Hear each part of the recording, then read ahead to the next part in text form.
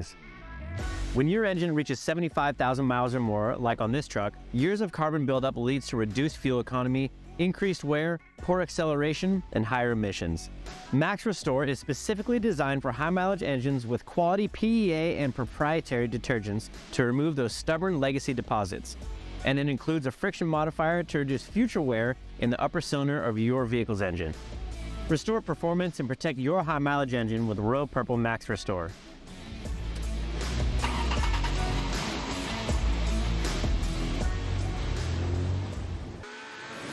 Ford Star, Euro, import, American, with bold colors and custom fitments. Your wheels, your way. Visit Fordstar.com. I watched my first race yesterday. You're on the team, kid. It's orientation day. Hey, new guy, let's get you up to speed. Lunchtime.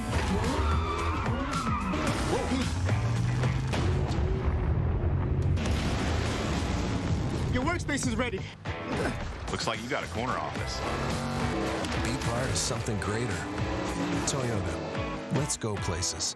NGK and NTK is more than just high ignitability spark plugs and precision sensors. They're about growing the car community. This is why they're introducing Shop Squad, an automotive meeting place for shop owners, service writers, technicians, students, and industry professionals to come together and share knowledge and encourage self-growth. Enrolling is free, and you have access to on-demand training, digital newsletters, product launch information, and more. Woo!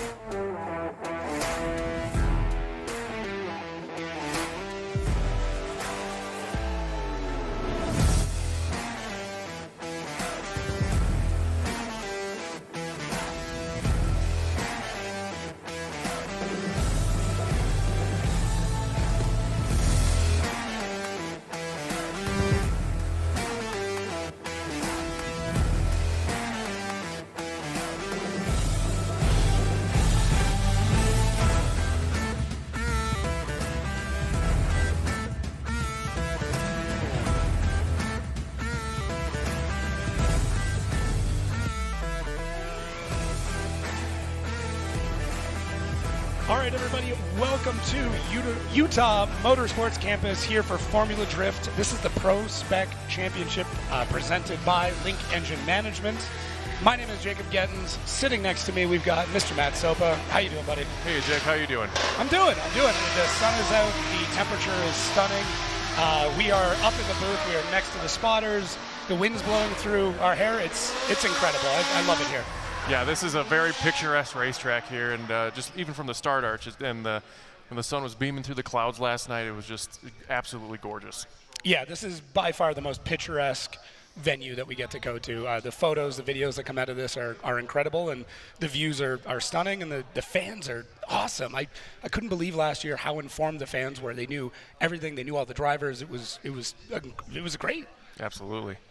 So. Yeah, we're just getting ready here. This is the final round for PROSPEC. This is the championship. This is where it all comes down to. We've got a tight race for the top. We've got people vying for their pro license. We've got people vying for their rookie of the year. There is so much at stake, especially for qualifying, because it's gonna set the bracket. So let's take a look at the standings now, and you'll get an understanding of what we're talking about when we talk about how tight this race is. Yeah, so Ben Hobson has been absolutely crushing it this season. 245 points, standing in first. Second, Andy Haitley. Third, Rudy Hansen. Fourth, Dimitri Brutsky. And fifth, Nate Chen. This is, Ben's doing great. Sixth, Connor O'Sullivan. Seventh, Jack Davis. Eighth, Alex Yeager. And ninth, Cole Richards. And 10th, Austin Mata. And we've got the top 8 that can get the pro license. We can see him with the big boys coming into next year. Yeah, maybe we'll see like another Robert Thorne. He was the rookie of the year last year at PROSPEC and went right into pro this year. It was truly amazing. Yeah, it's a big jump, but I mean, they can definitely do it. He's shown that. And Amanda Sorensen sitting in 20. She is not here. I think she's got some other commitments. And you can kind of see the rest of our layout here. Human Rahimi had a big crash in practice. I believe he's going to be out, which, I mean, that's not how you want to do it, but happens. Yeah. It's racing. Yeah, definitely. He had quite the spill on the track, and it's a big bummer we can't see him perform today. But yeah. But hey, so once again, my name is Jacob Gettins, Mr. Matt Sopa here. I am. We're kind of both filling in for Jared. We'll put our minds together, our voices together, and let you know what's going on today. We're gonna set up the bracket, get these guys through qualifying, get our top 24, and then get the knockout. Those guys get their second chance, and we'll be on our way to compete tomorrow. Yeah, it's going to be crazy, and the track layout. We've got some small changes. Yeah. Removed one inner clip, which is to help the drivers not drive through the smoke as much through that transition period. So, Mr. Chris, that is Chris. All right, so let's take a look at the map. We're going to see how the breakdown is. So we've got outside zone 1. Once they come through initiation, go through that inner clip, and they're going to transition it to outside zone 1. And then another big transition to outside zone 2, which is super long this year, which is great. Another transition to outside zone 3, and you can see how our points break down. Deductions 1 through 90, X Factor 1 through 10 for a total of 100 points. Everybody is going to be vying for that 100-point score. Yeah, it's probably, like the intro said, this is the fastest FD track in FD's history. Yeah. And to accomplish that is going to be one heck of a feat here, because there's a lot of grip in this track. It's super fast. We got the elevation changes, big long zones of fill. Like your line, everything has to be on point to get a really good score here. Yeah, it's incredibly fast coming in there. I actually got to do a ride along with Travis Reeder yesterday, and it's insane. I mean, these guys are hitting up to 100 miles an hour. I know at the pro level they're above that, but even a PROSPEC on these 255 GT radials, like they're crushing it. They are so fast coming off the line. Yeah, they got plenty of run up to do just that. And that is Chris Uhl putting on our line for outer zone 1, I believe he's out there, and so that they can get a good visual coming down that run up into the zone. Yeah. Speaking of great visuals, look at this. This facility is incredible. The track layout is nuts. There's a full dirt course in the middle of it. I mean, it's got everything. Go-kart track. It's got everything. That'd be the perfect playground. You know, if I had to move anywhere, I mean, I've thought about it. I think you could set up a camper right out there, right in between where the jumps are. You just set up a camper there, live here, and just wake up every morning, beautiful sunrise over the mountains, and then, pick a vehicle, go and play. Yeah, absolutely.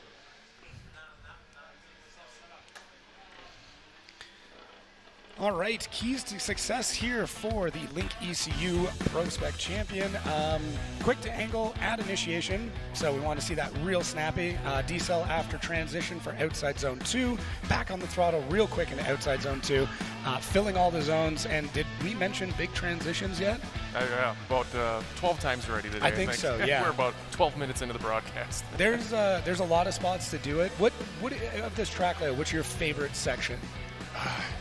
Besides the run-up is very Atlanta-esque, right? You have that big, fast run-up, but without the downhill, as much as speed.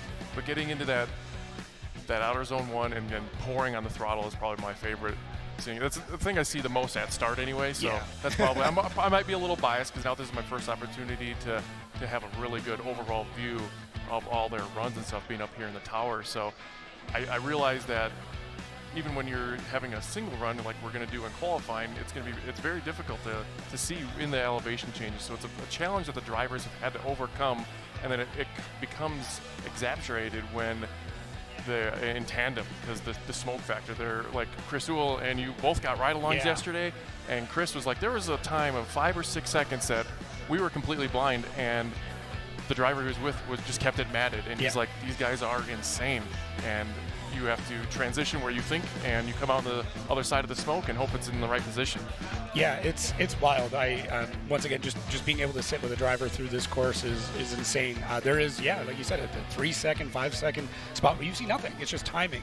So it just gives credence to how incredible these drivers are at all these levels, because it's muscle memory, it's instinct, it's nuts. And let's talk about the judges. Brian Egger, Ryan Little, my fellow Canadian. Ryan Literal. Ryan Lantaine, thank you. I just saw the Ryan and the L. And then finishing it up is Robbie Nishida out of Japan. I know we talked about some elevation changes at the track here. We're at elevation, which plays a massive factor in horsepower, overheating. I know a lot of guys were struggling with that and trying to keep the cars cool. I'd be very curious how much horsepower these guys are losing at this level. Yeah, I think that's anybody with a boosted application is definitely going to have the advantage, because you can just kind of crank it up, overcome that atmospheric loss. And another thing, not so much in drifting, but braking is also affected atmosphere, because the heat doesn't get dissipated as well when the air isn't as dense. Did not think about fun that. little fact for you, Jacob. I like it. I'll take some more facts. Any facts you got? Yeah. So I mean, and speaking of facts, you're on the FD podcast, so doing a great job in that. So if you haven't checked it out yet, you got a lot of catching up to do. We've been pumping out the episodes just about every week. Yeah, I don't think we've missed a week yet. Knock on wood. I mean, now something's going to happen. But yeah, just had Dean Carney on. That was awesome. Just talking about the big thing in that is the Hyper NFT deal, how that came to be. Gotcha. It's crazy to see a car with one logo on it. So there's a lot of business that goes on with that, and we get into the nitty gritty on it, which is kind of cool. Yeah, it's a cool perspective to kind of share with the world for sure. Yeah, it's been an honor, and I've absolutely loved it. So we got a couple of cool guests still lined up, and actually after qualifying, we're gonna have the top 5 qualifiers from PROSPEC coming on to record here live. So awesome. So here, looking at our 2023 season schedule, our winners in Atlanta. Rudy Hansen bringing that home. Cole Richards, rookie of this year, bringing it home in New Jersey. Ben Hobson, awesome performance in St. Louis. What's going to happen here in Utah? We'll find out here tomorrow. Yeah. I mean, today, obviously, your qualifying is going to be crucial, especially these top guys that are really going for the title. So Hobson, Haley, and Hansen, Triple H there. Yeah. One of those guys, they really need to qualify well here to make sure that they can get into a good section of the bracket and go from there. So we're going to take a quick break, but when we come back, we're going to get this party started. So yeah, let's kick the tires and hopefully not light any fires. I like it.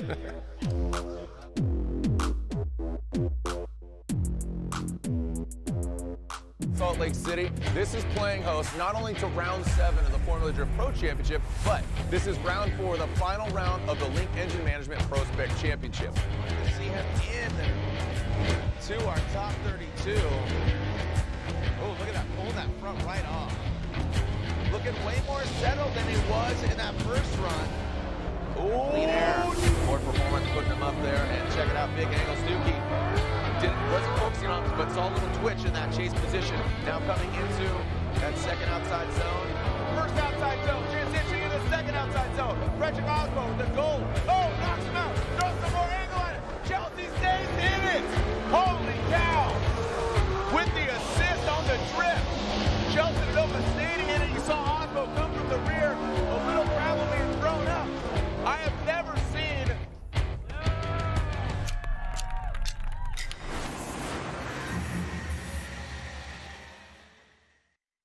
Link ECU.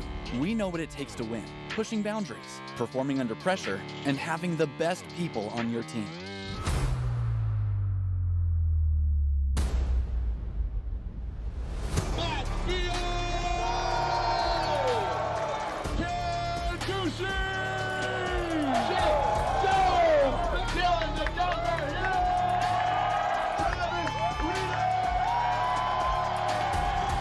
Link ECU, the performance, reliability, and power to get to the podium. One bottle, so many great things. When your engine reaches 75,000 miles or more, like on this truck, years of carbon buildup leads to reduced fuel economy, increased wear, poor acceleration, and higher emissions. Max Restore is specifically designed for high-mileage engines with quality PEA and proprietary detergents to remove those stubborn legacy deposits. And it includes a friction modifier to reduce future wear in the upper cylinder of your vehicle's engine. Restore performance and protect your high-mileage engine with Royal Purple Max Restore.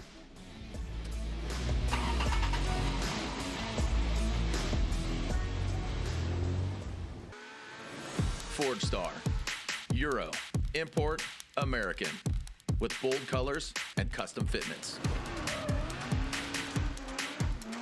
Your wheels, your way. Visit FordStar.com.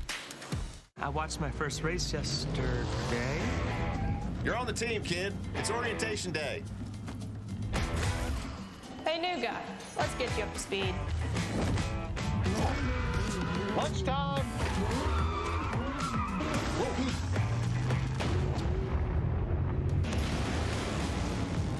space is ready. Looks like you got a corner office. Be part of something greater. Toyota. Let's go places. NGK and NTK is more than just high ignitability spark plugs and precision sensors. They're about growing the car community. This is why they're introducing Shop Squad, an automotive meeting place for shop owners, service writers, technicians, students, and industry professionals to come together and share knowledge and encourage self-growth. Enrolling is free, and you have access to on-demand training, digital newsletters, product launch information, and more. Woo!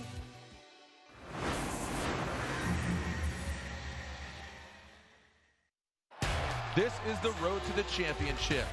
I've won the championship twice now. I think we can do it again. Let's go, let's do this.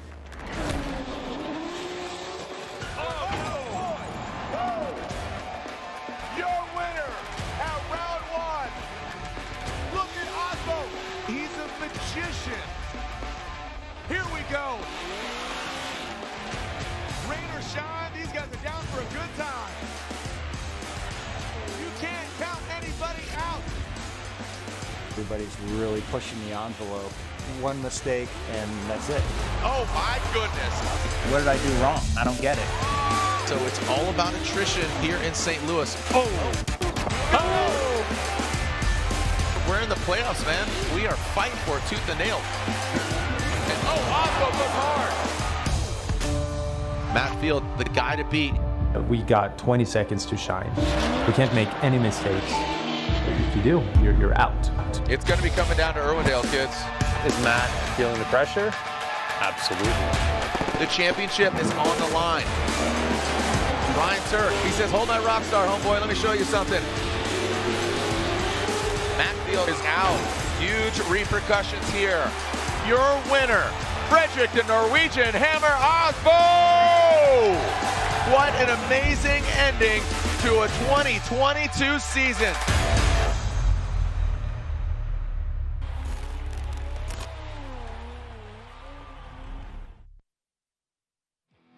Controlled Chaos. That is such a good trailer. As somebody who's a big video and film fan, that was awesome. And the best part, that premieres tonight. Oh. Yeah, I don't know what you're doing All later. the fun facts. You want to bring the popcorn? We'll sit down. Let's do this dance. Yeah, let's do this. So yeah, every Thursday night on MAV TV.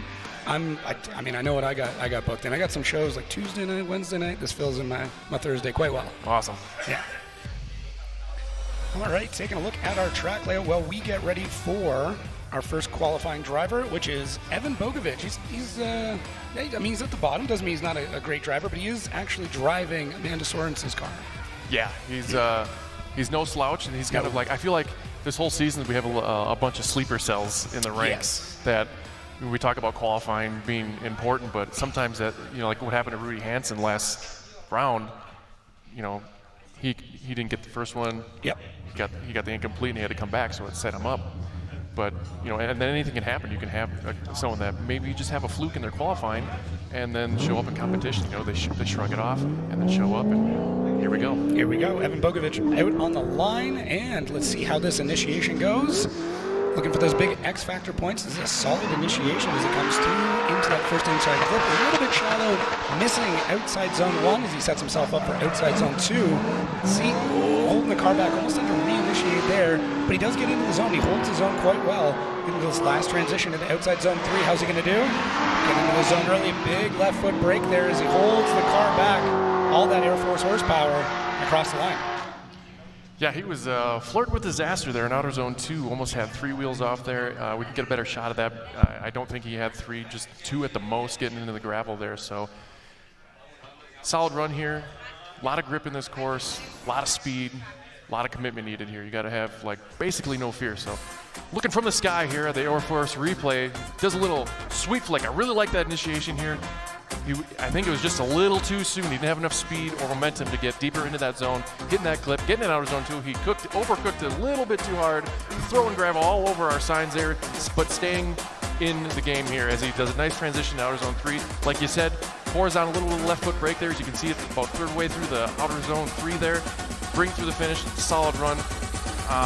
He's definitely going to put points on the board here. Take another look at it, and loving that flick there. awesome angle, had to pull out of it. That might have been the crux of his situation in the initiation. He had a little too much angle poured into it, and it really slowed the car down there to get deeper into outer zone 1. You can see there, not as big of a deficit as I thought it was live going in outer zone 2. Nice little flick of transition here. Body parts flying all over the place on the car. Here we go, on the throttle, bringing it home. I think we have to remember too, this track, although it doesn't seem unforgiving, if you dip your wheels off into that gravel, it sucks you in. That's it. Like, yeah. it is brutal. The only thing you can do is just stay in it to win it. All right, and we've got our judges back up here. Ryan Lontaine, I got that correct this time. But each judge is going to score this independently, and then we average this out. That's why you're going to see some decimal points in there. Little flirting with the metric system, I guess. Yeah, I'm not afraid of that. So one thing I wanted to touch on was, no, I forgot. Oh, okay. Cool. We'll get back to it. Yeah. But, yeah, we just wait for those judges to put in those scores, and then, like I said, we average that back out and see what comes of it. Evan Bogovic is going to set the trend here. We're going to see, in the next couple of runs where that baseline is, where the top qualifiers are going to be, and then who's going to be in that bottom section. So. Right. Now, remember, where do you think he's going to stand? It's usually where I guess, but I'm going to let you have first crack at it. Like a qualifying score? Yeah, what do you think he's going to be? I can go with a 68. Okay. I think that's fair with the deficit he had in outer zone 2. The line was, for the most part, there. I think there's just some deductions there that might make that valid. As we see Mr. Alex Licklider setting up at the line, that non-stop tuning GT86. Coming out of Maryland. Not many drivers out of Maryland, is there? I mean, I'm sure there's a bunch, but I mean, here today, I'm looking through my list, I'm not seeing any. Yeah, we got a couple in North, Massachusetts. Yep. Another Connecticut. We got a couple Northeast boys. I still think anywhere that comes out of snow and rain. If you're coming out of snow and rain, you spend half the year just practicing drifting. 67.3. All right, there it is. All right. Our number one qualifier so far. Not too bad. Definitely needs to work on the X Factor scores. That's where we're looking for that big commitment. The way it was kind of explained to me is if it looks like you're about to crash and then you just catch it the last second, that's going to get you big X Factor. I think if whatever they do on course makes you wince or makes you do something with your mouth, yeah, those are those points. If it makes you go gasp or whatever. So here comes Alex. All right, Alex off the line in that non-stop tuning GT86. Let's see how he initiates. A little bit of a straight line approach here. Quick flick, grabs the e-brake, coming into our first inside clip. A little bit off there, but gets deep into outside zone 1. Car looks like he might be straightening there at outside zone 2. He's struggling. You can tell he's trying to pour the power on as that rear bumper shredding behind it, transitions into outside zone 3, using all of the throttle and just really not filling that zone. Yeah, that was trouble to start. Especially when in the outer zone 3, you could hear, I could tell he had that thing matted and it was giving all it could, but the engine was just kind of bogging down in there. A lot of grip, a lot of rubber laid down in this course already. So you're taking a look from the sky here. Straight up initiation, like you said. A little lackluster. I'd like to see a little more pizzazz there coming in there. Way off course there on inner clip 1, but he does fill outer zone 1 almost too much, and he got into the rumble strips there, heading into outer zone 2, completely absent here. He's on the throttle. Not much you can do at this point to make that correction and make it look good. Flirts with a little bit there. Decent transition here, and like you said, he's just flirting with getting inside of that outer zone 3. So the line, as far as the judges considering his score there, is definitely going to be a deficit since he's got basically a 66% miss of zones there, and he's way off course there in outer zone or inner clip 1 there. So the only one he hit deep enough was outer zone 1 here. Hitting that handbrake, like you said, he almost straight there, coming into outer zone 2, left foot brake. He's only person in chase here is his bumper. He's trying holding on for dear life, getting through outer zone 3. Could have poured a little more angle, but that engine, I could tell, and you could probably tell in the stream there is the audio, since we got an open tower, we can hear everything. The engine was just trying its best to keep the wheels lit up and, to maintain drift. That supercharger was like fully spun up. I don't know if he just grabbed like the smallest little thimble of a pulley and put it on there, but yeah, he had that thing wound out. And I mean, here's the thing. What do they have to do with these cars until next year? Not much. So, I mean, this is the time now. This is it. This is where you put more nitrous in, where you put more boost in, the tiny pulley, whatever aggressive alignment you need to do, this is when you do it. So, we are going to wait for the judges' score here. Yeah, that's tough. Yeah, we're talking about grip here, and a lot of guys were saying how much more pressure they got to put in their tires. Like they're in the 30s in the PROSPEC, and they're all in the same tire. They're all in 255, 3518 GT radials, and it's kind of like the equalizer, and that's why they obviously call it PROSPEC. So there's certain rules they got to follow versus the pro cars. And looking at Alex's run there, he was very solid. Besides, coming shallow, but in order to get the car a little further out, you could put a couple more clicks into the shock, a couple more PSI, but there also was probably a lot cooler the last time they practiced. So now we got a little more heat in the track, or actually just the opposite, forgive me. It's a fun game to play because almost every run can be different. And it's all set in the precedent when I was listening in the meeting in the pro that you're setting yourself up for outer zone 2 in outer zone 1. So you're always looking ahead, and if he was so deep in there, that might have been the crux of his situation here, getting in outer zone 2 where he wasn't quite deep enough. Yeah, it's one of those things where if you mess up one zone even a little bit, you have to figure out where you're going to sacrifice to it. Like, if I made a mistake here, do I sacrifice more in this zone and just give it a wash to then try and get the rest of the run figured out, or do you kind of take little sections of mistakes and scatter them throughout the course, right? What are the judges going to see? Are they going to see one big mistake, or are they going to see a bunch of little mistakes? Yeah. And these guys are really good. Like, they're gonna see every mistake that you're making. Right. You can't be in the middle of a zone and pull the handbrake to get it further. So exactly. A 59.33 for Alex Leclerc. Bit of a rough go, but hey, if he makes it into the top section, we're good. I don't think that score is going to do it. I think he's going to be in the bottom section. And I believe we have Rye O'Connor coming up next. Ignited Soul Apparel 350Z. Yeah, he shot me a line earlier. They are struggling. They're struggling to get boost into the car. They're struggling with power steering, so he might be manhandling this thing around the track here today. We're going to see. So let's see what this initiation looks like. Bit of a flick there. So he comes through right at that 3 decent initiation as he gets an inside clip run. Seems to be holding up their inside clip too. A little bit shallow. As we get into outside zone 2. Kind of shallow, but I think he's kind of playing it safe here. Comes into the zone a bit early. Nice initiation. Nice transition there to 3. And holding it a little bit shallow. Again, you can hear that. Yeah, you can hear the engine really struggling. Just all those cylinders just doing the best they can. They're trying their best. Yeah, it's tough. The elevation is not great. These cars are tired. A lot of guys, they're doing refreshes and stuff, but they're not going to put in a whole new engine. Yeah, so I really like his flick in here. I think he just held onto the handbrake a little too long, lost a lot of momentum coming in there. We'll see it from the sky, see how close he was to that inner clip there and how deep he was in outer zone 1. Coming in outer zone 2, grabbing the handbrake a little bit there. Can't really see how much he's feeling it there. He's just a little shy of getting just that rear tire in there. Leaves a little early, like you said. Like the transition there, it's probably a few decimal worth of X factor, and completely absent in outer zone 3, unfortunately. That's a tough one. I feel like you really got to time your transition to set yourself up there, because then it'll be too late.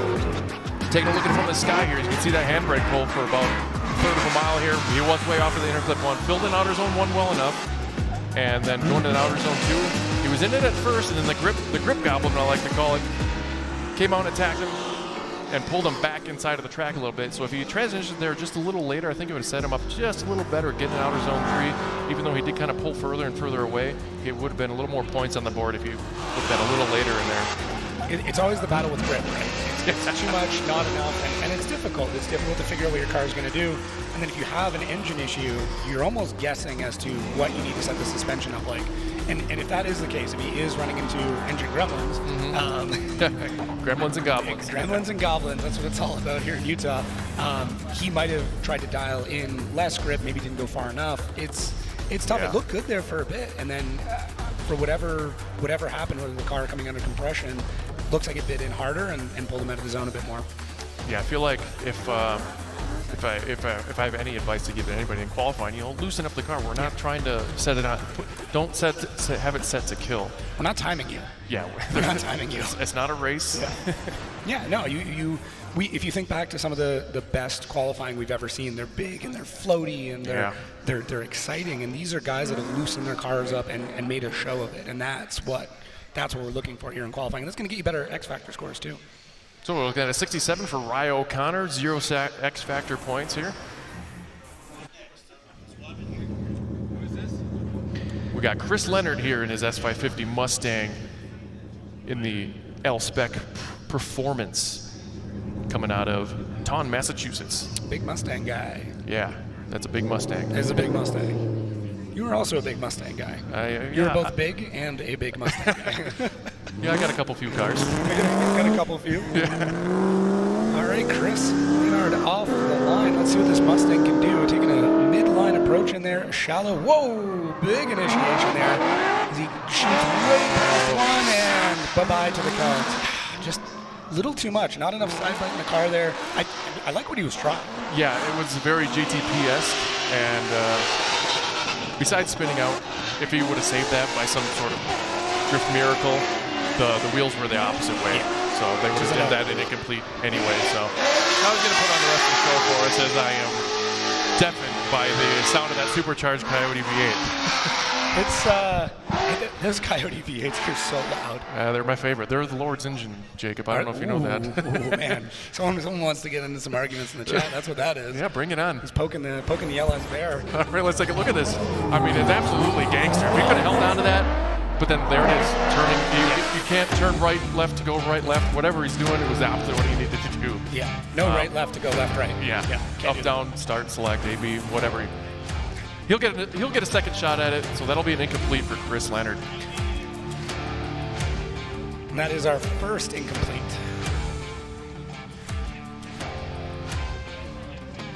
So he is going to be in that bottom 8 section, or our not bottom 8. Yes, our non-top 23, 24. 24, yeah. So the top.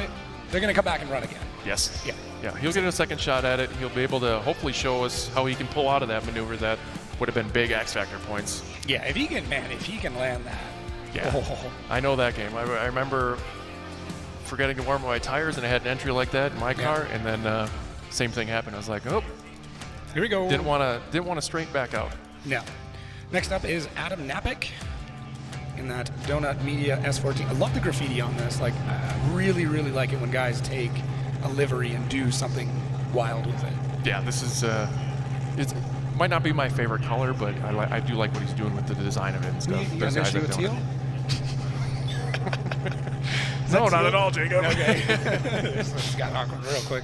Yours is a different shade. This is a good point. Yes. Oh, but Adam, let's see what you got coming off the line here. I'm very interested to see what line everybody takes. It looks like he is going wide. We're going to see a big flick in. Yeah, look at that. Oh, dear. Ooh, initiation. Outside zone 1. Doing a pretty good job there. Coasting the car to 2. Big left foot brake. We see a couple corrections at the front wheel. He gets back on the throttle. Starts to set himself up for that snappy transition. There it is.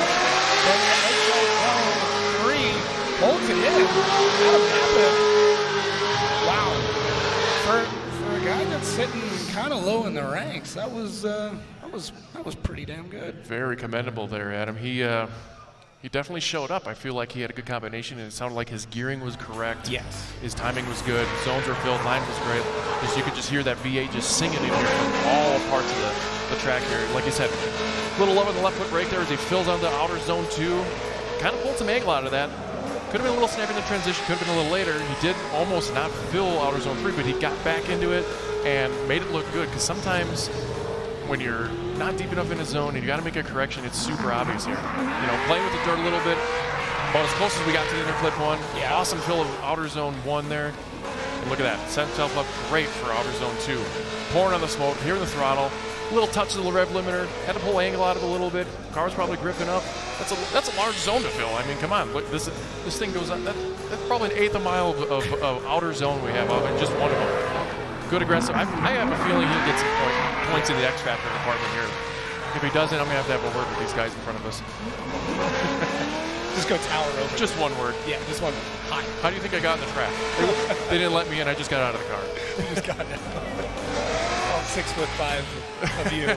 Just intimidating. No, it was a great run. And I think that big flick into initiation, as much as he kind of overshot it a little bit, like dial it back a little bit on that initiation, and it's there. It's ready to go. I think we're looking at our number 1 qualifier thus far. I would say so. Yes. Could it be number 1 qualifier overall though?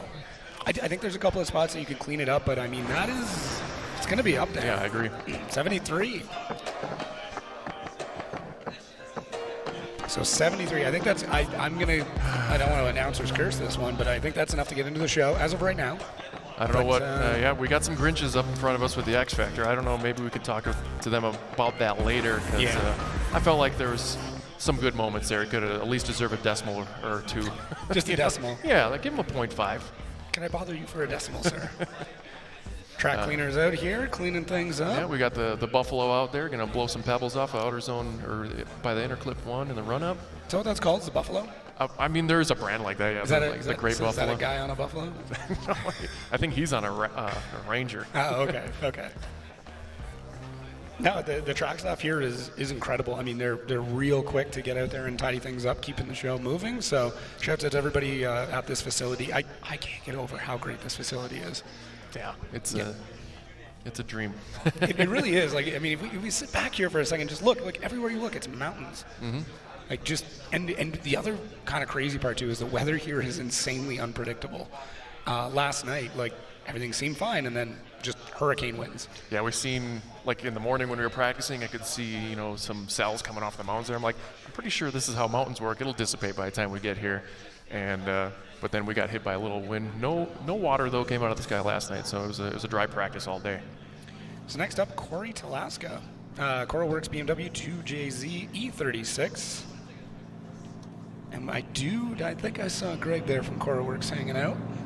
And I haven't yet to get a hug though.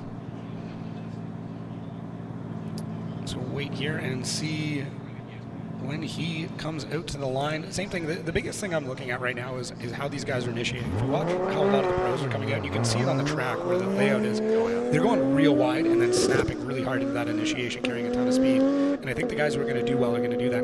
Corey, a little bit shallow. That was kind of a weak initiation. But he let you down. He did let me down. It looked good there for a second.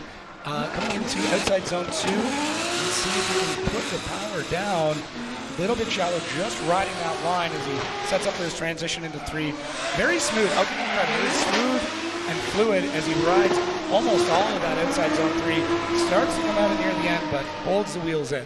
Yeah, I felt like if he could have filled the outer zone 2 and 1 like he did with 3, he would have been sitting way prettier here. So taking a look at it from the Air Force eye in the sky here. Let Jacob down here with his initiation, straight up handbrake pull, but he did get close to inner clip 1, outer zone 1, and take it back. It filled very well.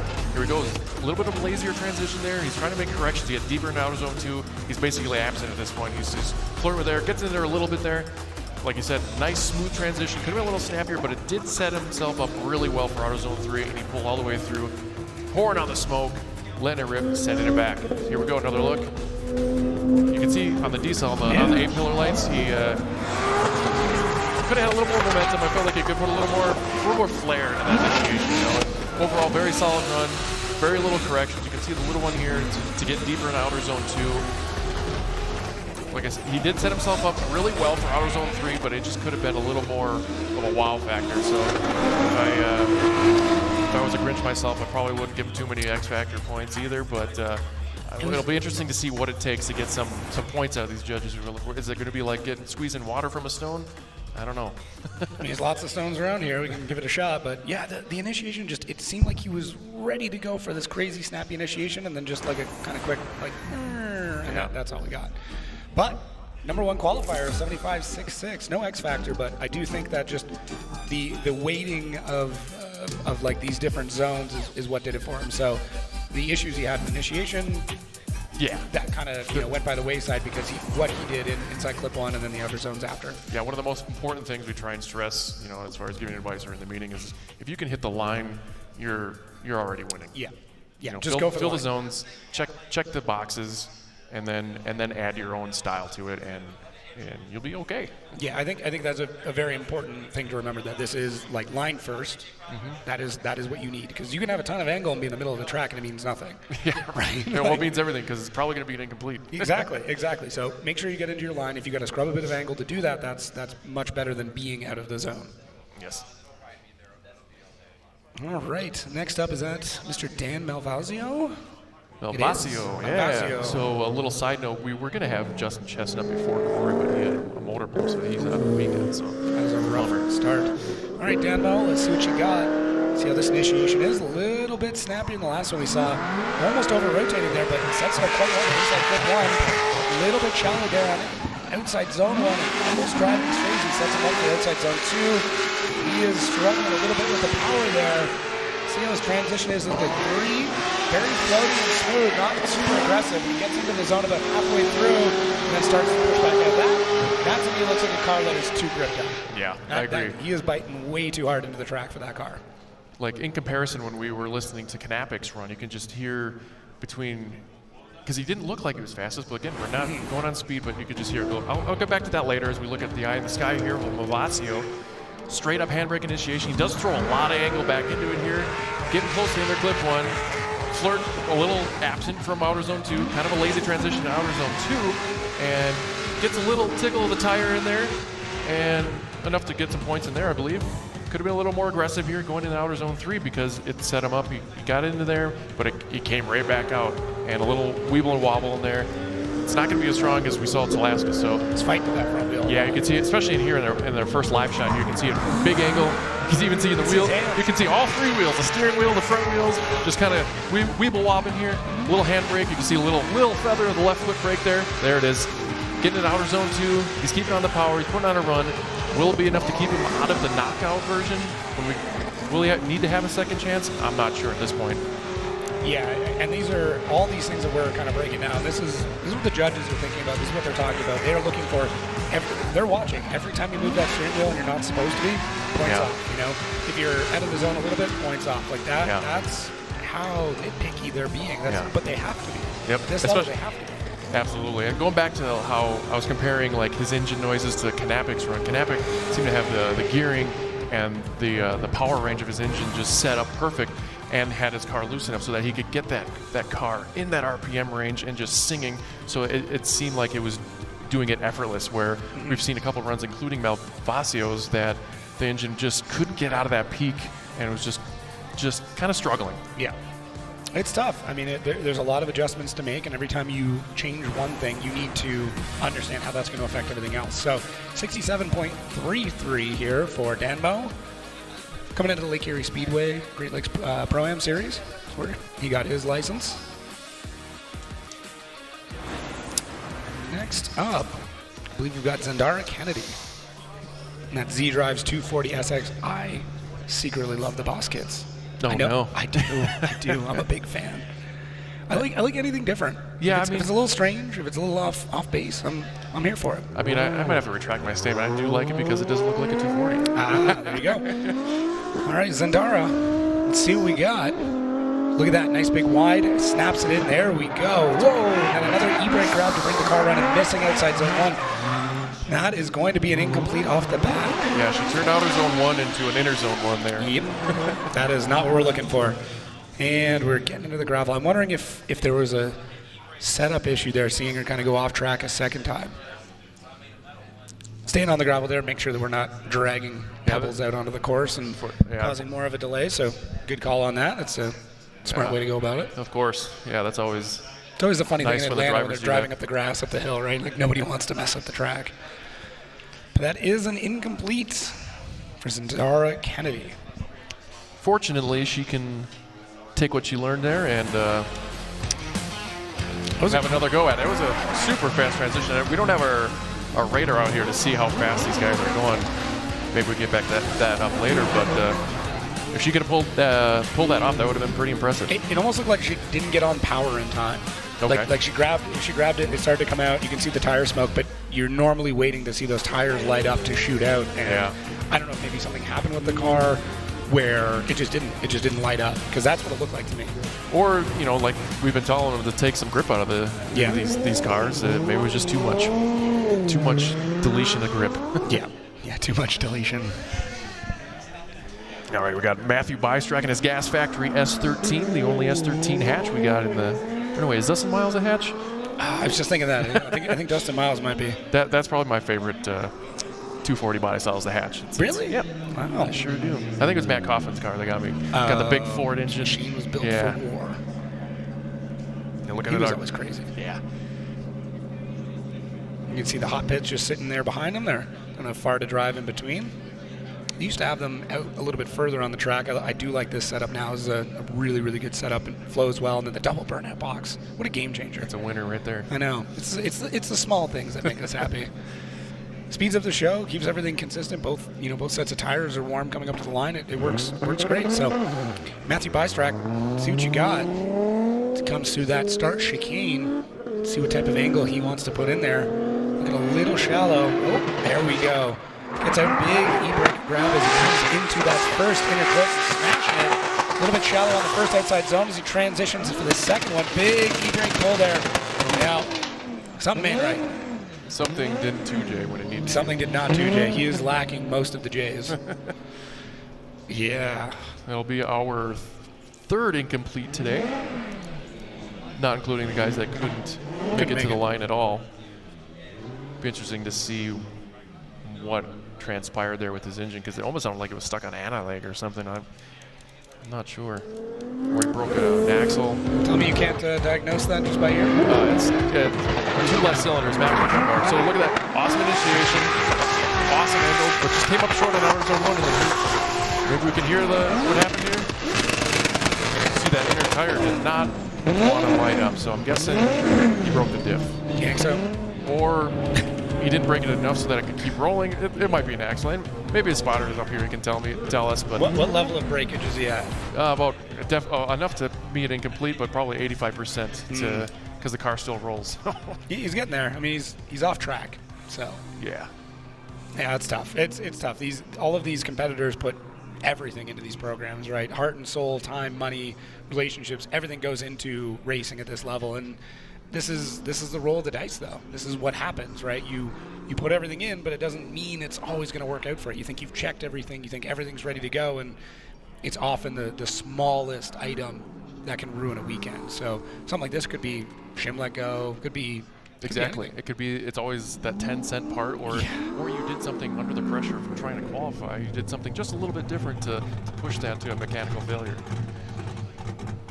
So it looks like 75 is our benchmark as we get Margaritis Katsandis. I think I got that. Close enough. Line here. The Greek doctor. He is, I don't want to spoil this story, but he has an incredible story as to why his nickname is the Greek doctor. So we will get him on the show and we'll discuss it. But see what he does here as we see that Greek doctor logo out front. Big initiation. Let's see if he can fire those tires off in time. And he does. Ooh, getting a little bit wide there on the inside clip one, but inside zone 1 looked good as he almost straightens, has to maybe reinitiate. Big left foot brake as we come through to that gigantic zone, but those GT radials are sparking off now. See that transition? Oh, he pulls it. He gets it in there as he gets to outside zone 3. That was not the path that was intended. Yeah. But he did get there. I'm trying to think about it's like when you find another way through a maze. You're like, hey, this isn't how it was supposed to work, but you did it. You just blew through the shrubbery and the labyrinth. Yeah, right? exactly. Yeah, it's when you just run through the corn maze. So look at the awesome initiation. This is what we were kind of waiting to see all morning here, and I'm super impressed that he pulled it off. It looked like he filled outer zone 1 there. Might have been a straight in here. They might be reviewing footage there. I'm not sure. Big left foot brake, as you said. Completely filling outer zone 2 as he poured on the smoke to that nitrous-fed V8 LS under the hood of that BMW. Looked like if he was over by 10 feet, that transition would have been perfect. It was super snappy, but he had to make that correction. And I think that's going to be just the little thorn in his side of this qualifying run here, Jacob. As we take a look at the sky here. Good flick here. Awesome angle coming in there. Real good proximity to outer inner clip 1. Completely filling outer zone 1, but that transition, that was probably my least favorite part of the run. Everything else was like, yes, he showed up, and he's here to drive. So he just got excited. I think he should have held on to a little. I mean, it's not that he didn't completely fill outer zone 2.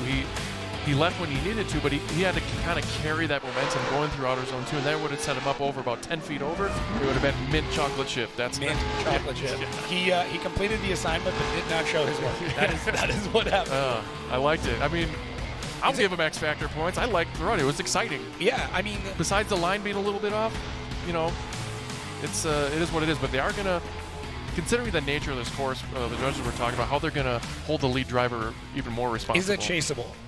Yeah. Is it chaseable? Yeah, I think it's chaseable. He didn't lead him into danger or anything like that. So I think I am very curious what the score is going to be. Yeah, looking at the judges in front of us here, I can say with some confidence that it's not incomplete.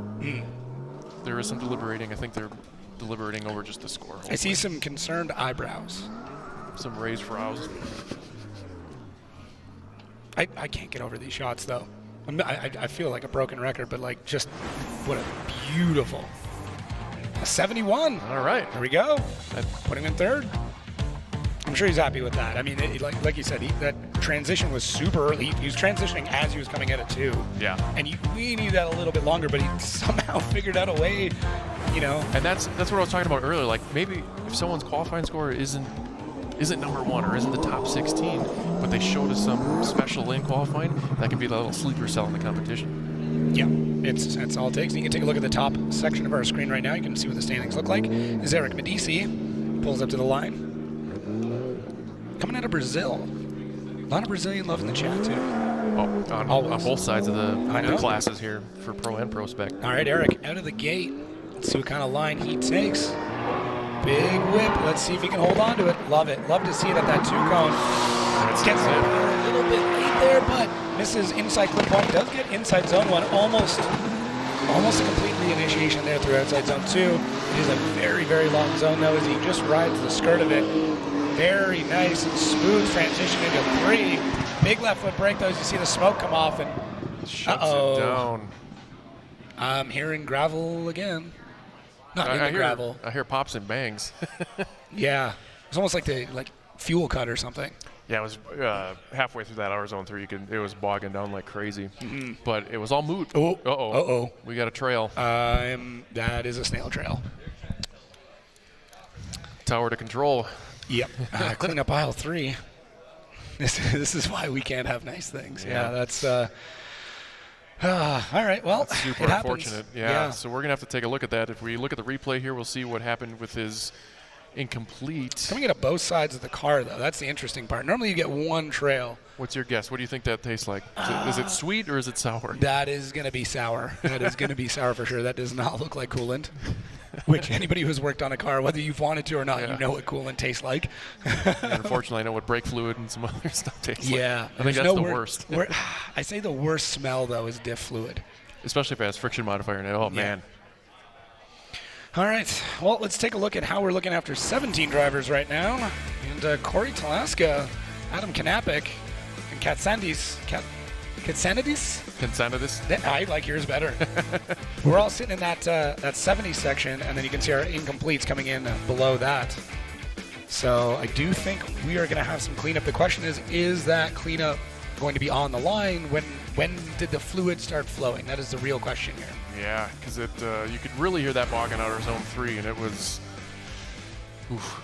I'm trying to figure out how it came out of both sides of the car, left and right. Normally we get one trail down the middle, which is the oil pan or, something blows at the block. But, yeah, it could have been like the oil line, or I don't know if he has a dry sump in that, that 2J or not, or not that. I don't know if that matters. You don't see something dripping. I was thinking that near the rear end, it almost looks like it. That's way too much fluid for a diff, though. But yeah, we're gonna take a look here as our safety crew goes out and takes a look. But I think we might be all right. It looks like the fluid starts after that, so they might just be able to throw some absorbent material on there. And but I know they're gonna take a look. They're gonna make sure the track is good. So we're gonna take a little bit of a break here. Everybody stretch their legs, grab some snacks, and looks like we are getting sewed off. But I think we're gonna be in the clear. Yeah, we can only hope that it's only a little tinkle there in the outer zone 3. Yeah, so just a little sweat and some speed. So when we come back, we'll see what our next line of drivers are, and we'll see how high we can get these scores up today.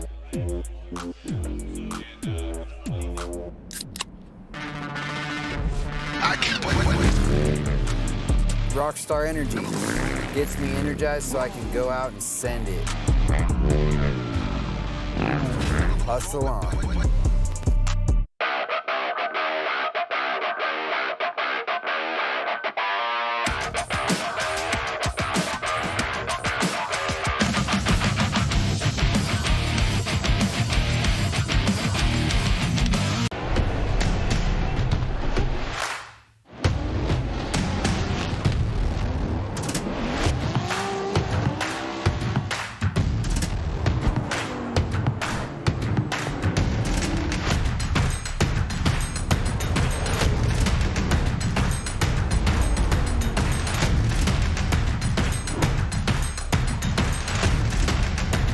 TT Radio. Experience ultra high performance. Link ECU. We know what it takes to win. Pushing boundaries, performing under pressure, and having the best people on your team.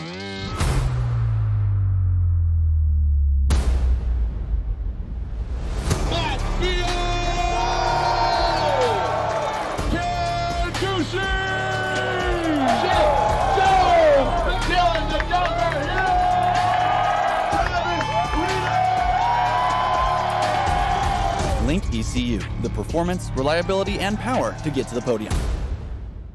For 30 Formula Drift teams, our professional Tire Stacks crew will mount over 1,000 tires during a weekend to keep our drivers on track, competing at the highest level.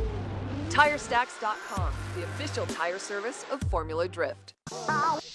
The magic of Rain-X. Okay, that's some serious Hollywood stuff right there. But with Rain-X Latitude water repellency blades, the magic is real. These blades apply a new longer lasting water repellency formula. The magic of Rain-X repels water from your windshield so water beads up and rolls away while you drive, giving you the clearest view possible. Treat your windshield for safer driving visibility with Rain-X Latitude water repellency wiper blades.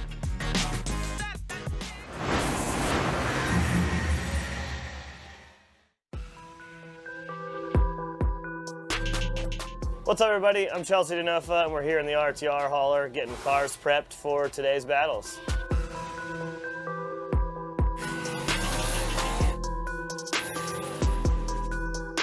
So the X Factor score in Formula Drift, I think is really cool. I think it rewards the extra bit that you can go to make style and take chances out there to get a higher score. I think in previous years you could go out, take chances, and maybe not nail it perfect, but overall the run had way more excitement, way more angle, way more style, way more aggression. But the score, they couldn't give you any more than someone who hit all the marks right, drove with decent angle, put the car where it was supposed to. But now, you can do that and still get an additional 10 points. My last round in Orlando, I was able to get like 9.3 of the 10 points. So it was like almost the max score. And my run wasn't amazing. I was everywhere I needed to be, but it wasn't perfect. But I had tons of angle, tons of style, and it put me in second place qualifying, which I feel like previously it might have been 5th or 6th, and those extra points pushed me up a little bit. All right, guys, thanks for watching. Thanks for following me on the Throttle app, and I'll see you guys later.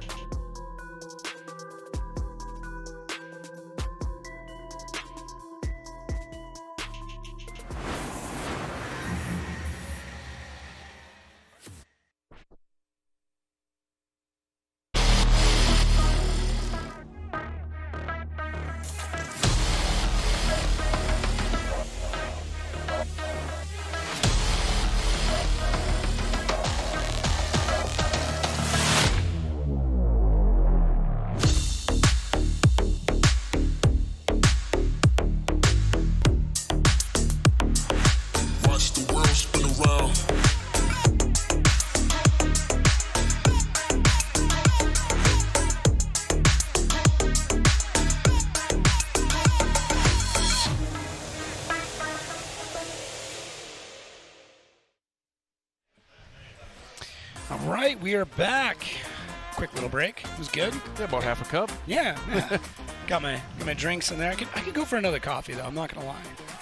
I don't get into that much. No, no, not a coffee guy. No, I fuel my jet other ways. Just usually with chocolate milk. Oh man, chocolate milk. Huh? You gotta like a particular one. Like that's the golden chocolate milk. I've seen a couple brands now back in the bottles, like in the glass bottles. It's great. All right, so we're gonna be coming back here, and you can take a look. Look at this gap. Can you imagine launching something off of that? Yeah, I'm waiting for someone to go try that when they bring their car back to the pits. Yeah, we should do that. Yeah, you got the rental, right? Yes. Yeah, Nitro Rallycross is here not that long ago. It was like a couple weeks, and I could not imagine getting in a car and having to launch over that. Like, I don't know what happens. Like, what happens if you stall out partway through? I think we know what happens. You just I think we know what happens. But you let the man upstairs take the wheel and hope for the best. I think that's one of those where you just take your hands off and you grab onto your harness and hope everything works out for the best. So, oh man, it has been good so far. So I've enjoyed this. This has been good. Some good banter. We have seen a couple good runs here. We've seen some less than stellar, some that could be polished, and they'll have a second chance to redeem themselves. And I think we're going to see some engine hoist in the pits is what we're going to see. Well, yeah, definitely, especially after Medici's little incident there.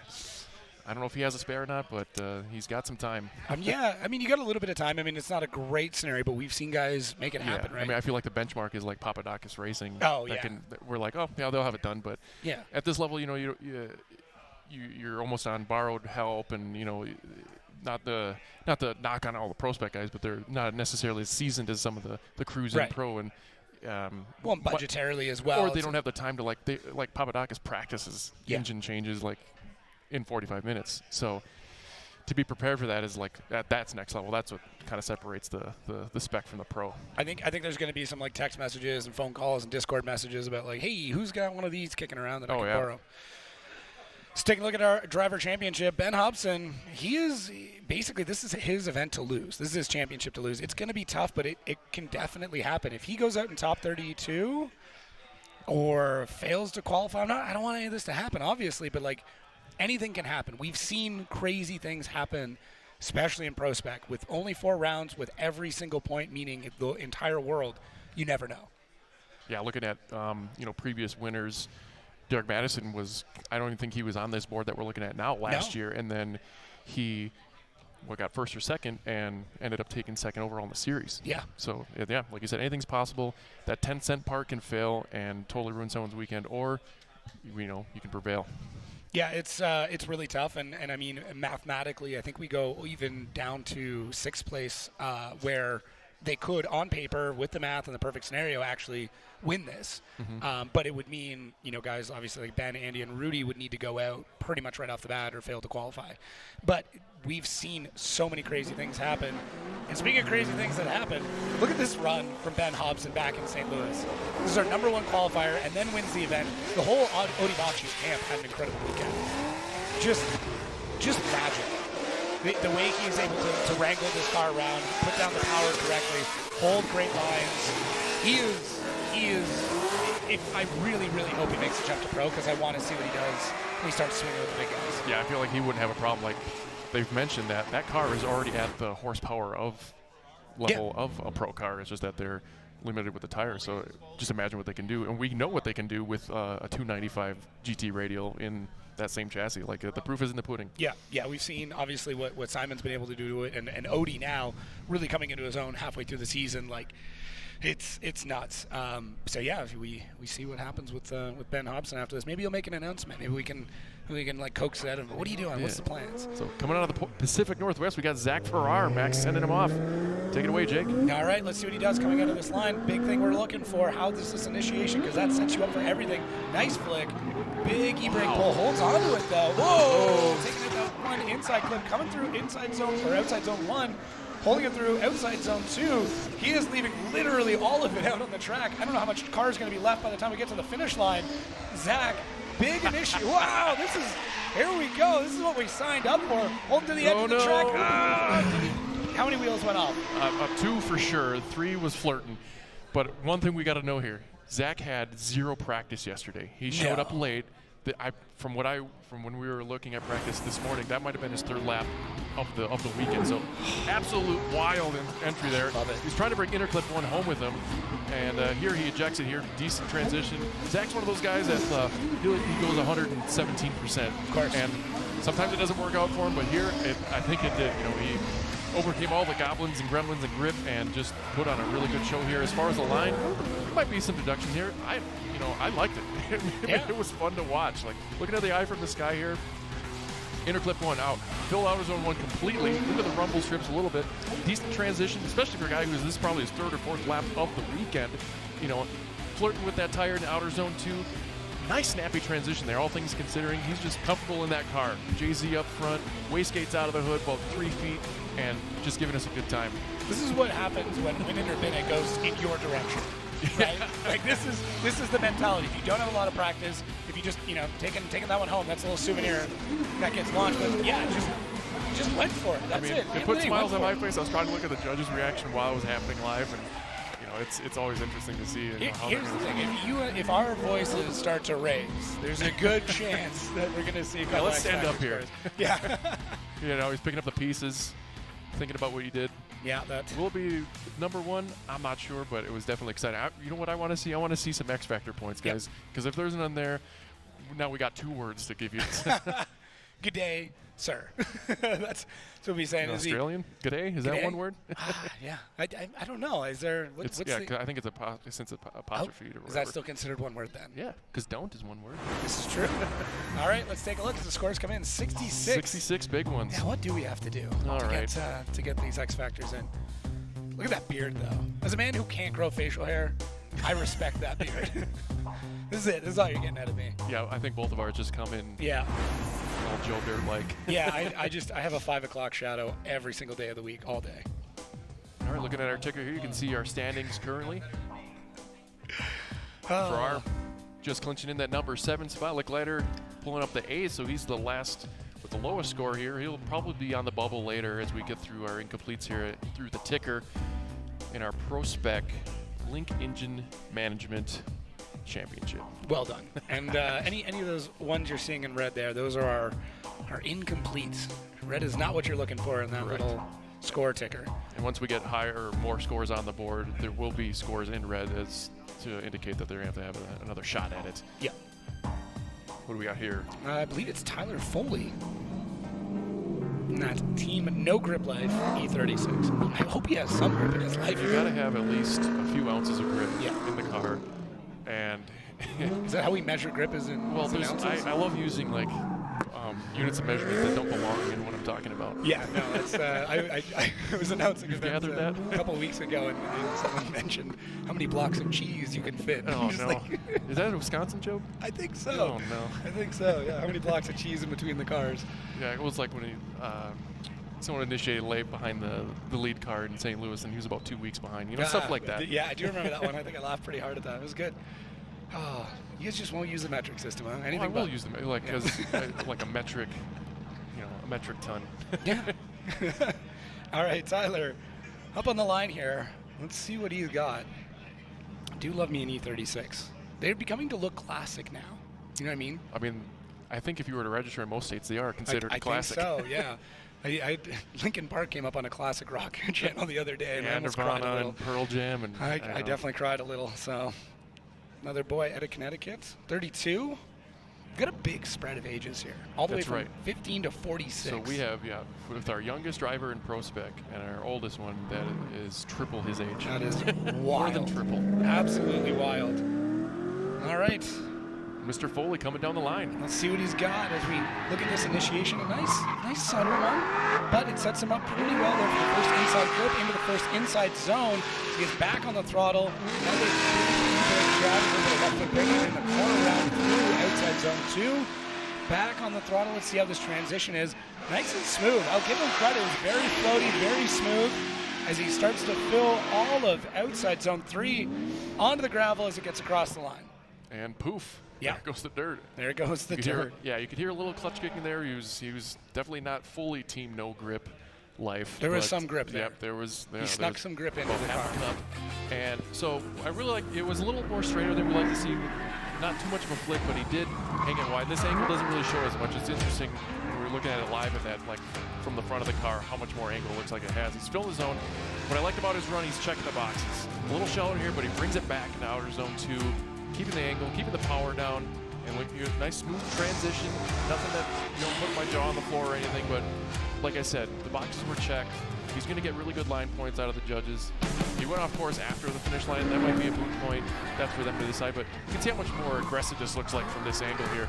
Almost into the double initiation. You can see him grab a little more handbrake there to kind of swing the car out. And I've explained this before. Don't take it too to heart, everybody, but like if you want to swing a car, if you're in drift already, and you want the car to go a little wider, grab a little handbrake, it'll get there. But everyone's going to see that. And if you want the car to tighten up, you grab a little left foot brake, and that'll tighten up your. But that one's a little easier to hide. Besides the opposite tire or the follow tire locking up or starting to lock up, like you can see there as Foley gets into outer zone 2, and you can see the wheel picking back up speed. It's easier to overcook it and overcome with the left foot brake than to be shallow and make that correction to get deeper. That's what I'm getting at. Drift lessons with Mr. Matt Sopo. Yeah. We'll call that Drift 101. Yeah. Well, 102 will be later. Yeah. You gotta graduate from 101 and understand your left foot brake and your e-brake control. And yeah, me and my wife talk about this. Like, if you were good at video games and like ambidextrous with your hands, right? It kind of translates, even in musicians, translates into being a good drifter, because when you think about when you're drifting, you gotta use all your limbs. I am a drummer. Yeah. You gotta, know when to like push this, but you gotta let go of that in this hand and then pull this before you can put your right foot down and do the hokey pokey. Right. I forgot you were a drummer. Yeah. Maybe we talked about starting the FD band. Oh. I think it needs to happen. Put me in. Put me in, coach. Who do we got on staff that plays guitar? Race control. Oh, perfect. We got a bassist. I think we can make this happen. We'll just tune him low. Yeah. So it looks like the judges are potentially talking about an incomplete here. If anything from shoot from the hip would have been at that initiation where we kind of double initiated. So here we go. Straight up. Got the handbrake pulled. Let's take a look at the front tires. Look at that. It's just almost straightened up there. But I think that might have been like almost a bump steer kind of issue. As he went through the rumble strip, the tire kind of looked upset. I think after this, I don't see any incomplete. Or it could be at the end of the run. Okay, let's take a look. Let's take a look here. See how many tires we get off at the end of the run, because he does I don't think his tires off. Let's just take a look. Oh, did he get 3? It could have been 3.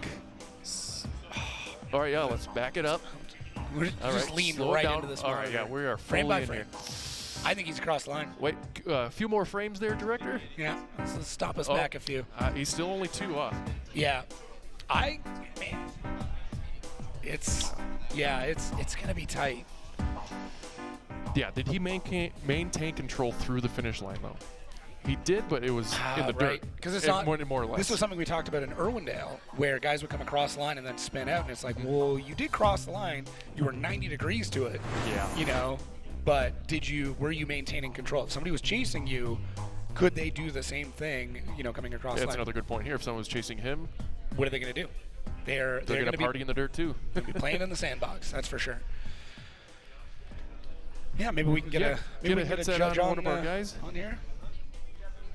Brian Eggert, Ryan Lontaine, Robbie Nishida. I'm not sure who is on headphone duty today. But, it was interesting. I mean, the rest of the run obviously looked good. It's just trying to figure out, are they able to maintain control coming across the line? It's not an easy thing to do. I mean, obviously these cars are, they're not easy to drive. If you're doing your grassroots events, that is one thing. This is a whole other can of worms, and these guys are trying to dial in as much grip, as much horsepower as possible just to get around it and just to try and qualify. So we're going to see if we can get some judges' input here to explain what is going on and get their exact words as to why things are going down the way they're going down. What do you got for us, Hi, guys. Can you hear me? Yeah, we got Mr. Ryan Lontaine. All right. So in previous years, we did have an issue there where we had a driver go off the track over just past the finish line, and we determined that is a loss of control past the finish line. But the thing with this track is, if you're going into the finish line area with the momentum that's going to take you off track, knowing that you don't have to stay on course there is going to give an advantage to that in the tandem situation, where the lead driver can have more speed in that area and say, I don't need to stay on the track beyond the finish line, so I can just have a trajectory that's going to take me off track. And we want the drivers to be aware that they need to stay on course through the finish line and beyond the finish line as well. It's just like spinning at the finish line or spinning beyond the finish line. It's considered a loss of control, and that's what we're applying in this situation as well. We're setting the tone for the weekend. It's something that we want to control. We want to make sure drivers stay on course even beyond that finish line area. Yeah, they are setting that precedent early and letting everybody know. They're putting them all on notice, guys. This is what we need to be doing. This is what you need to be doing. Is that what is going on? This guy. I was positive. We wrote down that he was out. So this is impressive. We never write off Human. That's what I'm learning today. He somehow scrambled to get this car back up. It looks like it's crab walking a little bit. He's going to try here. They might ding him for that. Big initiation, though. He is going for it. Comes a little bit wide through that first inside clip and that first inside zone. Sinks it in for outside zone 2, though. He is using everything. You know what? He's like, this car is already damaged. The engine's going with it. Let's see what happens here as it comes through outside zone 3. Big initiation. Houman Rahimi back from the dead. He has got 4x4ing. I think he DB'd. What a show to put on He's like, you know what? I'm getting from the fourth judge here. I've paid for this whole thing. Yeah. We are going to use it. Paid for the whole racetrack. We're going to use it. Every single inch. I'm not sure if they would ding that as like a double move or too many moves in the initiation, but looking at here, could have been a little closer to interclip one. All things considering, we gotta think about that. This car was in a massive wreck. He was ready to write it off, but he is putting on a show here, deep in outer zone 2, coming out a little bit early there, a little less angle, but I have a hard time critiquing his run here with and that's the great thing about drifting, like you know that like other teams are involved, probably helping him, encouraging him to get this thing back together, and you know stay in the maybe not necessarily the running for the championship, but you know points on the board. This camera angle does show that outside zone 1 was actually not that bad. Like this is the thing, we have multiple angles here, and one might show one thing and one might show another. Exactly. But that actually showed that outer 1 was pretty good. So Gets look in at the that. there. Only one wheel though. Yeah, there was only one wheel. Yeah. One wheel, and tried to delete the tire, and I think you'll have a score here, Jacob. Oh my God. So I'll cross through that out comment ahead by his name, and we'll For the score. record, he said his season was over. He We did did not get it. assume. Yeah. He posted on Instagram that it was over. He better do a dirty delete now. So. Oh man, that was. I'm just happy for him. These are the stories that we want, right? Yeah. Somebody looked like their entire weekend was over. There's no way they're gonna get the car fixed. Comes out, throws down a gangster run, uses every bit of course. It looks like the car is cobbled together. It looked like it was crab walking going straight. Well, so I don't know what that alignment's like, or if it even exists. This thrust angle, but I don't know if it was like under power or like shimmy and shook there. I'm not sure. I think he's going to get a score, though. I hope so. Let's see here. 73.66. Moving Rahimi in second. Back from the dead. Oh, you love to see it. That should be even enough to keep him out of the knockout. I think so. If we're, trending, we should be trending up in our scores as we move further along in qualifying. But, yeah, he might be safe and not have to do it. Now he'll have more time to maybe dial in his car in more because he'll get warm up before comp tomorrow, and great thing to see there. Yeah, if he makes it in, doesn't have to do another run. I mean, he's got all night to keep working on that car, keep rendering. I'd be curious how many people were in his pits helping out. And that's one of the coolest things about this is we've seen wrecks happen, we've seen people break down, and then the camaraderie of everybody getting in and being like, I got this part, I got that part, what do you need? Yep, we've even got, the Discord chats going on and people are like, hey, I need this, everybody got that? Like, it's great, it's great. Yeah, one big example of that was first wreck in Long Beach. Long Beach, basically, like medically shouldn't have went, but like Michael Essa was in there, you shock, Wise Fab Arms, this, that, and everything. Yeah, Sorensen's in there giving rotors. Yeah. Next up, Mr. Casey Cole. He's had a kind of a weird season, a couple of weird occurrences, a couple of rough events. Yeah, Atlanta. We know he's an incredible driver. Yes, it was so unfortunate in Atlanta. First lap he's out, he's leading a guy who lost his brakes and just smashed into him and punted him into the kitty litter. So he's like, oh man, the car's feeling great. And then we just basically balled our setup and threw it away because then they were having steering issues, rack issues. And now he's got enough tenure this season to kind of dial it in. I would have liked to see him a little higher in the standings, but, that's how it goes. He has every ability to qualify number one here, and it's just one of those strange seasons. I've had a good chance to chat with him and all the Spec crew. Love those guys. Love those guys, yeah. And they build just beautiful cars too. Like, go if you got a chance, if you're at one of these events, go take a look at his car, go take a look at Stuckey's car. It's really neat, some of the stuff that they implement in them as well. Go check out their dashes, because they always put funny things on either the dash or the digital displays. It's quite neat. But let's see what Casey Cole's got here as he pulls up to the line after a nice big smoky burnout there, scrubbing those GT radials in. It's a mean looking car too. S14.9. Let's see what he does. Got any notes from the gentleman on the start line? We'll have to get to that. Be critiquing him now. The only thing we can treat is, the pizzazz as he sets him off. Exactly, which is good. And speaking of pizzazz, big old gangster entry comes in there.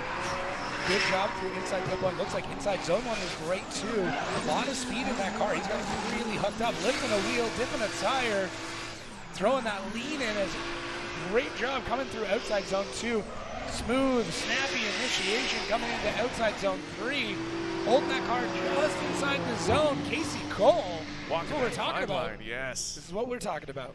That was my favorite entry so far, bar That was none. great. Yeah. That's what so many other drivers were trying to do. And Casey was like, okay, here. You know, Casey might have cut all his hair off, but he's still got the party in him. So, yeah, when you see him next, I was like, who's the new guy? So here we go.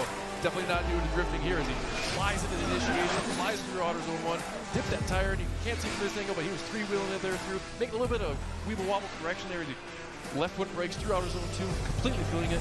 Awesome transition there. Sets him up perfectly for AutoZone 3. Keeps pouring the smoke, and can't hear really well here, but that engine was, like I've been saying, is on that teetering edge of fogging or kind of breaking through that threshold to rev even higher and make it easier. But look at that. It was, oh my goodness, a perfect combination of like a flick and handbrake combination just to whip that car around and still got good approximation to inner clip one there. You can see the three-wheel here, left foot brake. Casey came here. He showed up today. My favorite run so far. And a guy with a NASCAR name, he does do drifting quite I don't like reference that. We do have a good NASCAR name. Casey Cole. Oh, man. What a great run. I don't know what his middle name is, but it'd be interesting to see. Yeah, I'd be very, very. I'm shocked he's not a junior. No, I love it. I mean, he's obviously dipping tires. He's using every bit of the racetrack that he can, and yeah, this is the Casey that we were expecting to show. I think a little side note. I think this is probably the most angle I've seen anybody put into their runs. I agree. So far as well. Any guesses? I'm thinking it might be the first 80s. It might be at least high 70s. We'll see what the survey says. Yeah, survey says 78.33. Real close. I was pulling for you, Casey, but good job. Real close. Oh, man. And no X Factor. Come on, boys. What do we got to do? Where was there not X Factor in the initiation? I want answers. Next up, Sam Magmami, which I think he's in a different car. Yes, he usually was running in a 1 Series, and now he's in a E36. Interesting turn of events. So and the plot thickens. I haven't had a chance to take a peek under that hood, but he's usually a thoroughbred. He had a BMW engine in his 1 Series, and I'm fairly certain by the sound of it, there's still a BMW 6-cylinder turbo under that one. Well, let's see how he does in the new car. Big wide angle coming in. A little tentative there on the flip as he comes to that first inside grip, punching the note there. Little bit shallow on outside zone 1 as we transition to outside zone 2, getting back on the power, the big old left foot brake. See that wheels just standing still as he sets himself up for 3. Very smooth. I will give Sam credit where credit is due. That car is very smooth for what seems to be a new chassis. I'm not sure if that's one he's already owned or where it came from, but yeah, I haven't had a he chance. seemed comfortable. Yeah, I haven't had a chance to talk to him about it, but you could kind of tell from my very humble opinion that they took enough grip out of it, and he used a lot more left foot brake maybe than we want to see, but he kept it together real well. Nice and smooth. Little boop of the inner clip one there.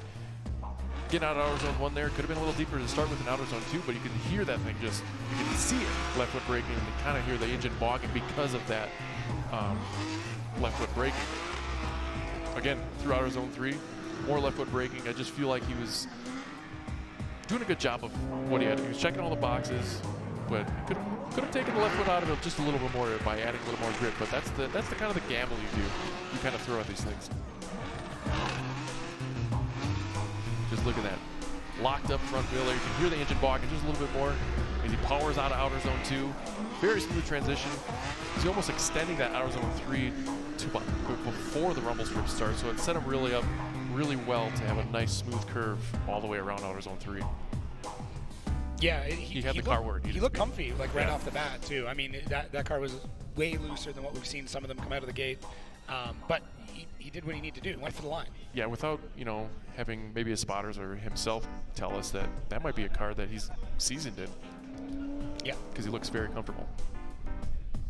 No, it was a great setup and definitely a line that he needed to do to get through the course and get the points on the board. So yeah, so in our qualifying format here, we'll get 3 points for qualifying 1, 2 for getting the second point, and leading up in the third, you get 1 point. Which this, as we talked about, and how tight the points race is, for guys trying to get their license, obviously we do have Ben kind of out front, but anything can happen.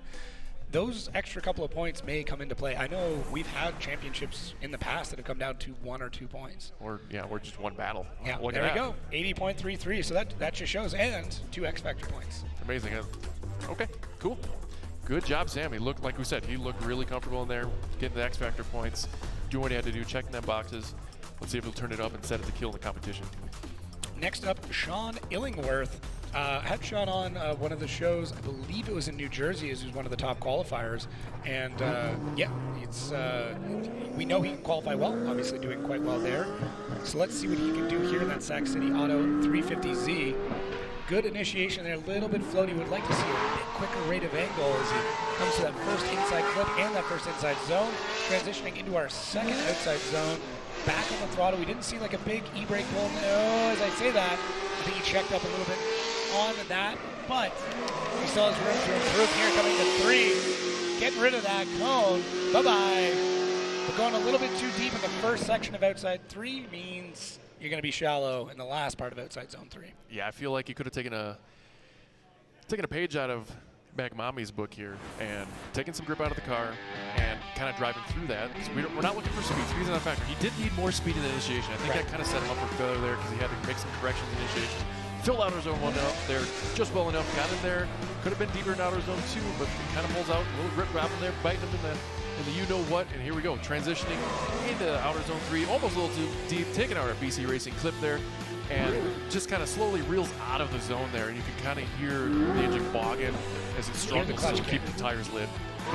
Yeah, for sure. And like I said, could have used more momentum. I like to use momentum, not speed, when we're talking about drifting, because they are a little different. But here we go, going through outer zone 2, coming out a little early, set himself a little bit too deep in outer zone 3, and I think that's the correction he had to make is the reason why he had to pull out of there sooner. Yeah, the reason why he did. And we talked about this previously, like you have to figure out if you're going to make a mistake, how many and where to sacrifice. But yeah, just being that a little bit early, a little bit deep on outside zone 3 really does mess up the rest of it. You can work the car into where it needs to be again, but it's not easy. And the more corrections and the more fighting you're doing with the car, the more we're going to see it up here and the more judges are going to see it. Yeah, so. And I think that showed why I like to go back to Magmami's run is he had the smoothest transition into outer zone 3. He like extended that zone like if beyond where it needed to be. Like he set himself way early so that he filled it just beautifully. Yeah, if their spotters could take a note, that was the way to do it for sure. Now 72 from Sean Illingworth. All right, next up, I believe we got Trevor Root. Yes, sir. I am Root. Peak Performance Abbey 36. Sitting there on the line as he gets the go-ahead. 23. Let's see what that initiation is going to look like as he comes up to the line. Bit of a mid-initiation, but he gets back onto the power, coming through inside clip 1, running around outside zone 1 into outside zone 2. Big left foot brake, not a lot of angle. We can see those corrections being made. Oars on the throttle, that back end to come around a little bit more as he gets set up for outside zone 3 and real shallow.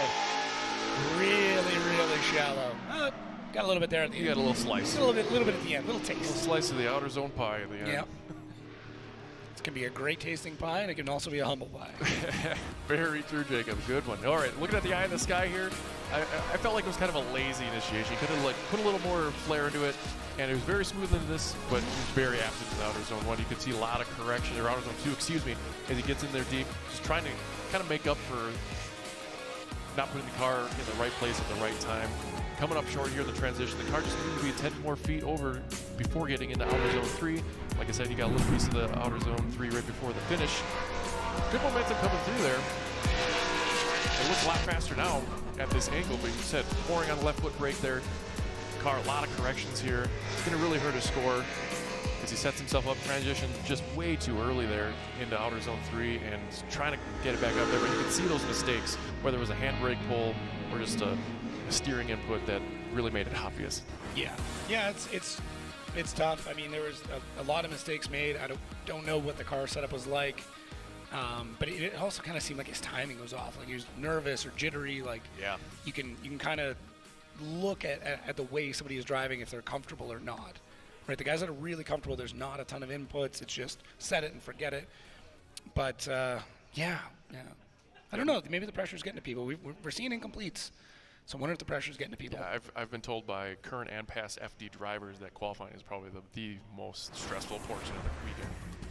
So I think we're going to get one of our judges on to have a quick chat about X Factor here as we see Trevor Root's score come up with a 69, coming in at 8.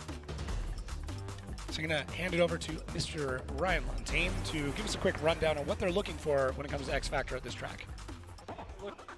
Can you hear me, guys? There we are. What we're looking for here is using a lot of throttle. We want momentum to be carried throughout the course. We only have one decel zone, and that's really on the course. Of course, there's a little one at initiation, but the main one we're focusing on is going into outside zone number 2, and we want to make sure the drivers get slowed down there after they transition for the zone, and then get back on throttle as early as possible in outside zone 2. And then using the speed through 2, carrying it through 3. So we see some drivers handbraking or approaching outside zone 3 with some caution, and that's not what we want to see. We want to see drivers really approaching outside zone 3 with aggressive entry. So it's maintaining that momentum and progress throughout the course and achieving all of the zones that they should, right? So filling them all. And we like to talk about this like sort of like the Tony Hawk skateboard game, where if you do one trick, you get some points for that trick. If you successfully complete another trick immediately after, you get a multiplier. And then if you get the third trick from that without any kind of corrections or mistakes, you get a multiplier again. So you've got a lot of different parts of this track you need to fulfill to get a good X Factor score. And we've only had one driver, I think, so far get some X Factor points, Magmumi, and he got 2 from me. I'm not sure what the other drivers gave him, but he had a little spark of what we're looking for. Thank you, Ryan, for giving us a rundown there on how the judges are looking for X Factors. We did see Kelsey Rawlings do their run, and Mr. Sopa. All right, yeah, let's take a look at that. Look at that. Good proximity there through inner clip 1, fully filling outer zone 1 there. Nice smooth transition. Tickling into the outer zone 2, but just not quite getting there deeper as she does later in that outer zone 2. Still a smooth transition, nice driving here. Could have been a little more deeper again into outer zone 3 to begin with, but kind of pulls out of it way early and absent through the finish line. Take another look here. Could have put a little more flair on it, put a little more sauce into the initiation to get that X Factor that Ryan was explaining to us here. As she gets into outer zone 2, left foot braking, trying to maintain that line and that angle that we're trying to look for here. And could have been just a little more later on the transition, a little more snappier. Good angle through outer zone 3, but I think that slowed the car down. You can hear it bogging and forcing her to kind of get out of zone 3 way premature. Yeah, she's had a couple of rough years, came really close to getting her pro license there a number of years ago. Always some like strange things like power steering goes or like a weird engine thing. She had a great round last round though, making it through into top 16. But yeah, it's just these little mistakes there at the end, coming out of outside zone 3 a little bit early. We can't have that happen anymore. The way that the ranking is, the way that the judging is, like the bare minimum now is you have to make it and fill every zone. Yeah. And then anything on top of that is where you're going to figure out where you are in the rankings. So car did look a little gripped up. I know that car makes a ton of horsepower, is a well set up car. It just looked like it had a little bit too much forward bite in that last zone. Right. Take a look at the beautiful sky here, and Kelsey getting a 74, so coming in 4th. So I think the rest of the zones kind of made up for leaving that last zone a little bit early. So that should put her in the show, at least at this point, but we still got what, another 18 drivers to go. Yeah, the trend not gonna happen. Was slowly going up, but now we're kind of tapering off here. But we still got a lot of big hitters coming up. Speaking of big hitters, Mr. Dustin Miles of Styles, he's been around for a minute, and he's definitely knows how to throw down. So let's take a look at what Dustin's got here. Nice initiation, a little bit float out, but grabs a lot of e-brake there as he sets himself up for inside zone 1. Look great. A little bit straight coming outside zone 2. And a long left foot brake there to hold that car in the zone as he starts to transition for outside zone 3. Let's see if he can hold that car back, and he can't. I was worried about that. It looked like the car was fighting him, and he was fighting the car, and unfortunately he lost that one. Yeah, one of the first few practice runs, was able to see this morning, Dustin, was one of them, and you could hear the engine kind of bogging, especially at that AutoZone 3 there, and it showed its ugly head here again. You could hear spotters saying, that did not sound good. So maybe they're battling a couple JZ issues here, but I was expecting a little more action here from the initiation, a little more wow, but he did he checked the boxes, got through inner clip 1 and outer zone 1 just fine. Good transition here, but again, shallow through outer zone 2. I'm not sure. There he is, getting a couple tires in the game there as it gets through the transition into outer zone 3, getting there fully, but then you can hear the engine bog and just could not keep the tires lit enough to get that car outside. Yeah, a little rough. I don't know if it was an engine or too much grip or what's going on, but not optimal. Yeah, definitely. And I feel like, I don't know if it's just me, but I feel like the rear of the car is lower than the previous rounds of this year. It is. Like you said, it's style. He's tucking. Especially under power though. But even just sitting there, it looked a little lower than I'm used to seeing. So I don't think that's a factor. It's just something to note. But it's interesting. So I mean, you could have a really, really soft suspension setup in the rear because you do see the car jack a little bit under throttle. Mm-hmm. So it is possible that is a suspension modification that they've made, and you don't know how many laps they got in on this setup. Hopefully, they're not running a setup in qualifying that they haven't tested previously, but. Things happen, things break, and you might have just had enough time to throw the car together and get it out there. Yeah, which happens more often than you Human Remy. Like, there's no way he knew what that car was going to do. There's no way. So, but we wait for the judge's decision here on Mr. Dustin Miles. 73.33, currently in 6th. Seen a little bit of X Factor pop in his head up there. Oh, they got them decimal points. All right. Hey, we'll take them. As we get ready for our next driver, Joshua Love. Josh loves drifting. Mm-hmm. After Hours Autosports E46. Coming out of Denver. So he ran in Pro last year, and then he traded off. Came down into PROSPEC. And, I mean, it's tough, but I mean, sometimes that's the decision you got to make. Right, and that jump from PROSPEC to Pro isn't just double factor; it's probably more like triple. It's or more. It's a lot. It's a lot. So Joshua Love, let's see what he does. Nice initiation as he comes through and sets himself up quite well, bouncing that car around as he goes through outside zone 1. Big e-brake as he gets into outside zone 2, and some left foot brake to get back into it. And these guys are making a lot of those corrections in outside zone 2. You hear a little bit of rev limiter pop off. He's trying to get everything out of that car. But he gets into outside zone 3 at a great time and then holds it all the way through. It was one of the better looking outside zone 3s we've seen. Yeah, and you can kind of hear the engine bog when he did the left foot, but then he kind of did a slingshot. Once he let go of that, it just went set him up real good for outer zone 3s here. Took out our clip there, still in outer zone 1. Didn't see the initiation. I could have been a little more aggressive here. Like you said, left foot braking almost through halfway through outer zone 2, but then once he releases it, kind of let him get in there a little deeper there. Nice smooth transition, kind of taking a book from a page from McMommy's book, and then he filled out that outer zone 3 really well. Could add a little more angle, but there's just a lot of grip in that outer zone 3, but it's very rubbered down. He's going to get a little deducted there on the initiation, I feel, and taking out that cone is technically almost off course, I believe. It's such an aggressive hit with that clip in the bumper. So solid run from Josh here. Not too many complaints. He'll definitely be in the show, and I don't think we'll see him again today. I think that's fair to say. Yeah, I mean, it's got to be a good feeling knowing you put down a good run and go back to the trailer and hang out and grab some snacks and relax for the rest of the day, knowing that you've got a lot of work to do tomorrow. Yeah, that's the hard part. Driving is the easy part. The waiting. That's anticipation. That's what's going to get you. It's one of the things we've talked about on the show before is like how drifting is an amalgamation of the hardest parts of so many sports. That's right. Right? Like drag racing, you're sitting there, you do your burnout, you got to wait, and you've only got a short amount of time. And our number one qualifier so far with an 83 and a couple of X Factor points to boot, Joshua Love. Very experienced driver.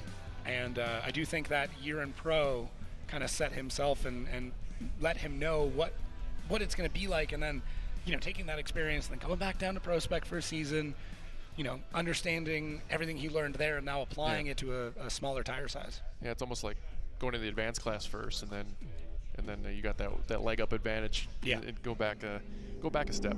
Yeah, I mean, right now, as it stands, you made the right call. Yeah, for sure. So I believe next we got D-Mad, Derek Madison. Great guy. I've had him on the interviews before. He's awesome. They grab each other back and forth quite a lot. Love hanging out with Derek. He's one of those guys I could just about joke about anything in mind. He's great. Very cool, calm, collected. Seems very relaxed in the car. Really? Well, I mean, you've probably never seen him at the start. No, he's never. not relaxed. No. He's like bumping music and stuff, and it's funny because we there's a lot of banter between us. It's good. Ah, it's good. I'd love to. I think that'd be a whole show. Is just your back and forth with drivers at the line. Well, I get a cherry pick though. Some things must not be recorded. Yes. But sitting in that Fuel Lab Systems IG Motorsports S14, as it gets to the line, I'm expecting a big initiation out of him. He does likes to throw down, likes to be showy. Coming out of St. Louis, that is his home track. I think his commute's like 15 minutes or something. Yeah. If he, like you said, if he doesn't have a big initiation, we're gonna have a word with him too. Mm-hmm. But another thing to note, he's had that car since his Pro-Am days, so should be very comfortable. Yeah. I remember him back in Pro 2. Back when PROSPEC was Pro 2. Let's see. I was expecting to go a little bit wider coming out of the line, but a straight-on initiation.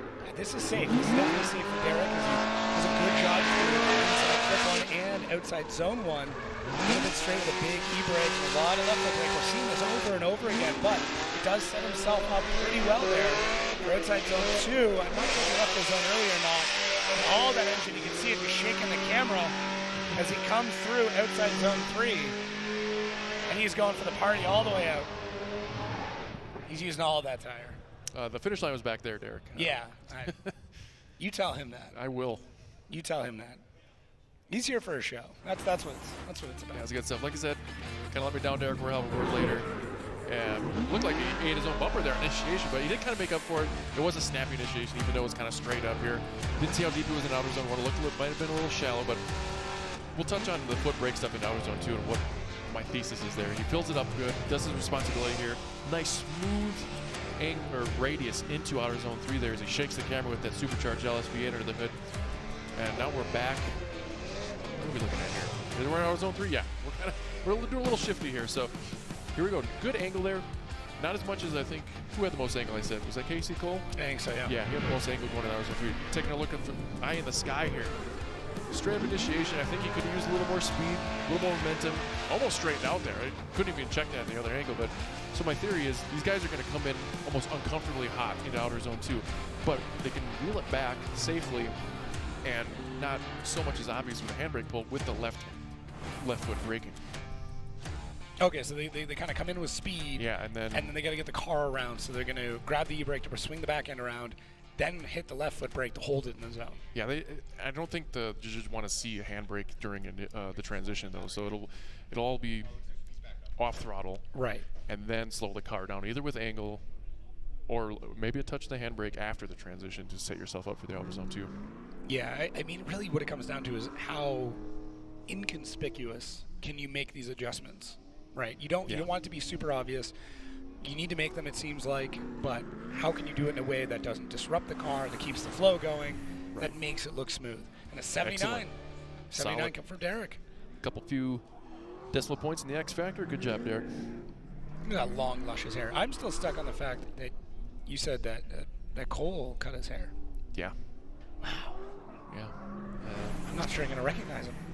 Yeah, no one. Yeah, I haven't been able to talk to him yet, so I've just in passing. I was like, "Who's the new guy?" Well, speaking of new guys, Jaden Martirana, coming out of Montreal, Quebec, 15 years old. I know we've talked about this a lot, but I cannot understate enough how quickly he has adapted, and he now is in a car that matches his ability. And this is going to be interesting. That's right. The last vet was very basic. This one is fully built. He's been talking about getting it to the track. They've waited, and they wanted to make sure it was perfect. And this is the best place to debut it. He's going to have all the horsepower he needs. No more 13 clutch kicks all the way around the track. So let's see how he does it. Great initiation there. I almost think he did a left foot brake as he went in, but he really grabs that first inside clip in that first inside zone. Lots of speed here. He's a very quick car. And he is driving quite smooth, although there is some back and forth wobbling as he comes through zone 2, and into 3 looked a little shallow, but sinks it in, holds it. Oh, no. That dirt drop, that is nasty. So I'm hoping that did not just completely wreck the rear end of the car. Yeah, hopefully the wheel took the brunt of that. But that little dirt dune, smart. Yeah, stays off track. Yeah, good job. Wise beyond his years. But yeah, doesn't even have a driver's license. Well, he's got his PROSPEC license. He's got his PROSPEC license. Here. We don't care about the he state. is, and he is fighting for a pro license. Well, yeah, I would have liked. Yeah, he had good speed here. He's hanging on the handbrake. I believe it set him up a little bit deeper on the header clip one. Getting in outer zone 2 here. You can hear that clutch kick. You said no clutch kick. Yeah, so we have one coming into there. Old habits. Yeah. So here we go. I think if he had a faster transition to slow the car down a little better, he would have stayed out of the situation. That dirt just whipped that thing. Good night. He missed getting on throttle by like a millisecond. That's all it was. Like, it seemed like he was hoping there was going to be a little bit more forward bite, but his goal was to fill all of that zone. Yeah, and he filled all the zones up to that. Well, like I said, I think that's where he had the clutch kick, and that little mistake. But this is the real big mistake we're talking about here is just overcooking the car. Maybe a little earlier transition, a little more aggressive transition might have saved him in there, but he's got plenty of years to learn from these mistakes if he's going to continue on this course. Yep, it's going to be great. There is replace your divot. Yeah. Yeah, let's get out there, and I think you should have to. Like, you should get him out there. Yeah, get him a little shovel. It's like one of those little plastic dollar store ones, and clean that up. Replace your divot, kids. But yeah, I mean that is an uncharacteristic mistake from him. So I think we're gonna have to do a little bit of cleanup there, because that would have shot dirt pretty much through the rest of that zone, and it's already a tricky spot. So the last thing we want is somebody losing some grip there due to leftover dirt. And well, this trend, they might be okay if they lose some grip there. Yeah, might put them better. But you don't want to take that chance. We want a clean, fresh course. So when we come back, we'll continue on with Blake Olson, Jeff Donati, and Farouk in our qualifying for the Link Engine Management ProSpec Championship.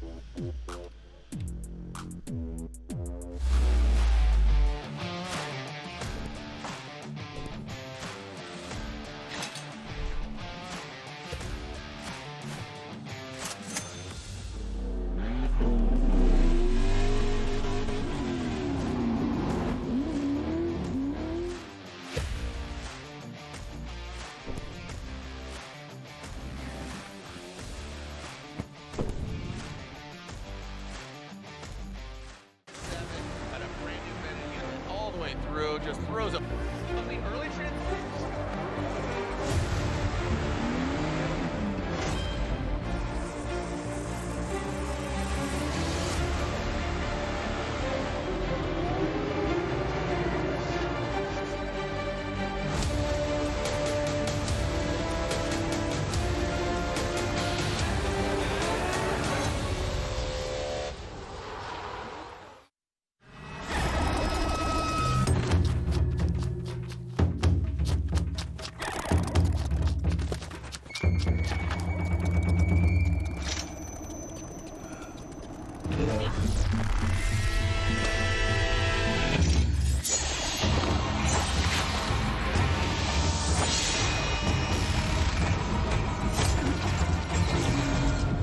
Made in Japan.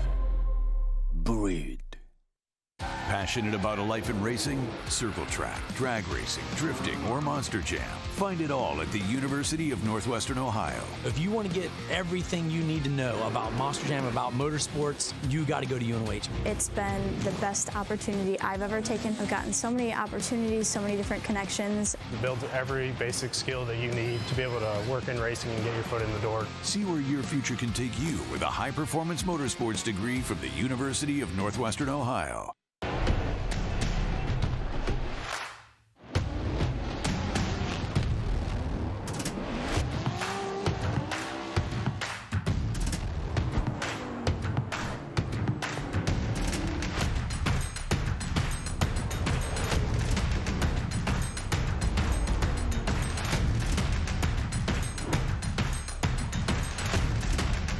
GT Radio.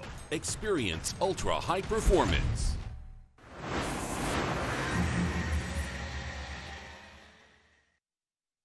Formula Drift is brought to you by Link ECU. Link Engine Management, the official ECU of Formula Drift. K&N, the official performance air filter of Formula Drift. Ford. Nitto Tire.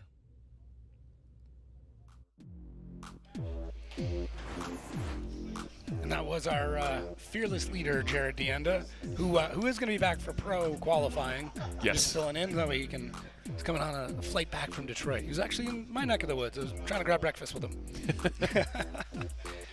So we are back, and here are the results. So we've got Joshua Love, Mr. Megmami, and Derek Madison. Those are our top three.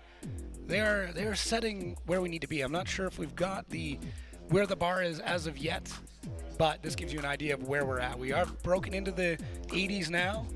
We've got the big swingers coming out next, which means it's only up from here. Yeah, we're trending upwards, and like we had a little kind of an outlier here with Jaden putting her in the dirt there, so it'll be interesting to see what he puts out in his second run, learn from his mistake right away, and that'll be kind of maybe the fly in the ointment in the bracket. We got our local boy, Blake Olson here. I'll have to hit him up for some restaurant suggestions. Let's see what he can do in that Zone 1 Motorsports GT Radial E92. As he initiates in, and he is right on the edge of the track as he comes through inside clip 1 and then outside zone 1, a little bit shallow. Look at that splitter though. Oh man, I really do like the way this car looks. Coming through outside zone 2, looking pretty shallow, at least to that first section. He sets himself up for outside zone 3. Oh, he lost grip, almost pulled a Jaden there. Almost went Nitro Rallycross on us, but was able to hang on to it. Yeah, if there's anything that better looking than that car is what it sounds like. It's it does sound good. That's my favorite LS sounding car. Wow, yeah, that's big saying for a lot. you. That's saying a lot. You know, had to swallow a little pride there. But look at his initiation. Looked a little shaky, but like you said, on the edge of the track, getting to outer zone 2 here. It's actually pretty deep there. Through the whole thing, little left foot brake in there, keeping a little presence in there, coming out of it. Looked like he transitioned just a little late there, almost like you said, pulled a Jaden, but he stayed in it. And you could hear the engine bog in there, left foot brake and trying to keep it in the course here, and did a good job of that and getting some points on the board for sure here. You can see him slowly stabbing that intermittently, that handbrake as he gets into the outer zone 1, filling in just enough there. Just letting that LS sing through outer zone 2. Left foot brake there a little bit there too, sprinkling it on there, transitioning very smooth otherwise, just that correction, and that kind of separates the seasoned driver and you know, the freshies. The experience. He's like, he saw that coming. Maybe it was because of what Jaden did. He knew exactly what to do in that situation, but also a testament to you know, if that was a brand new situation, I feel like Blake is seasoned enough to know that's what he had to do to keep it together. Yeah, he saw that sandbox and said, not today. I'm not doing it.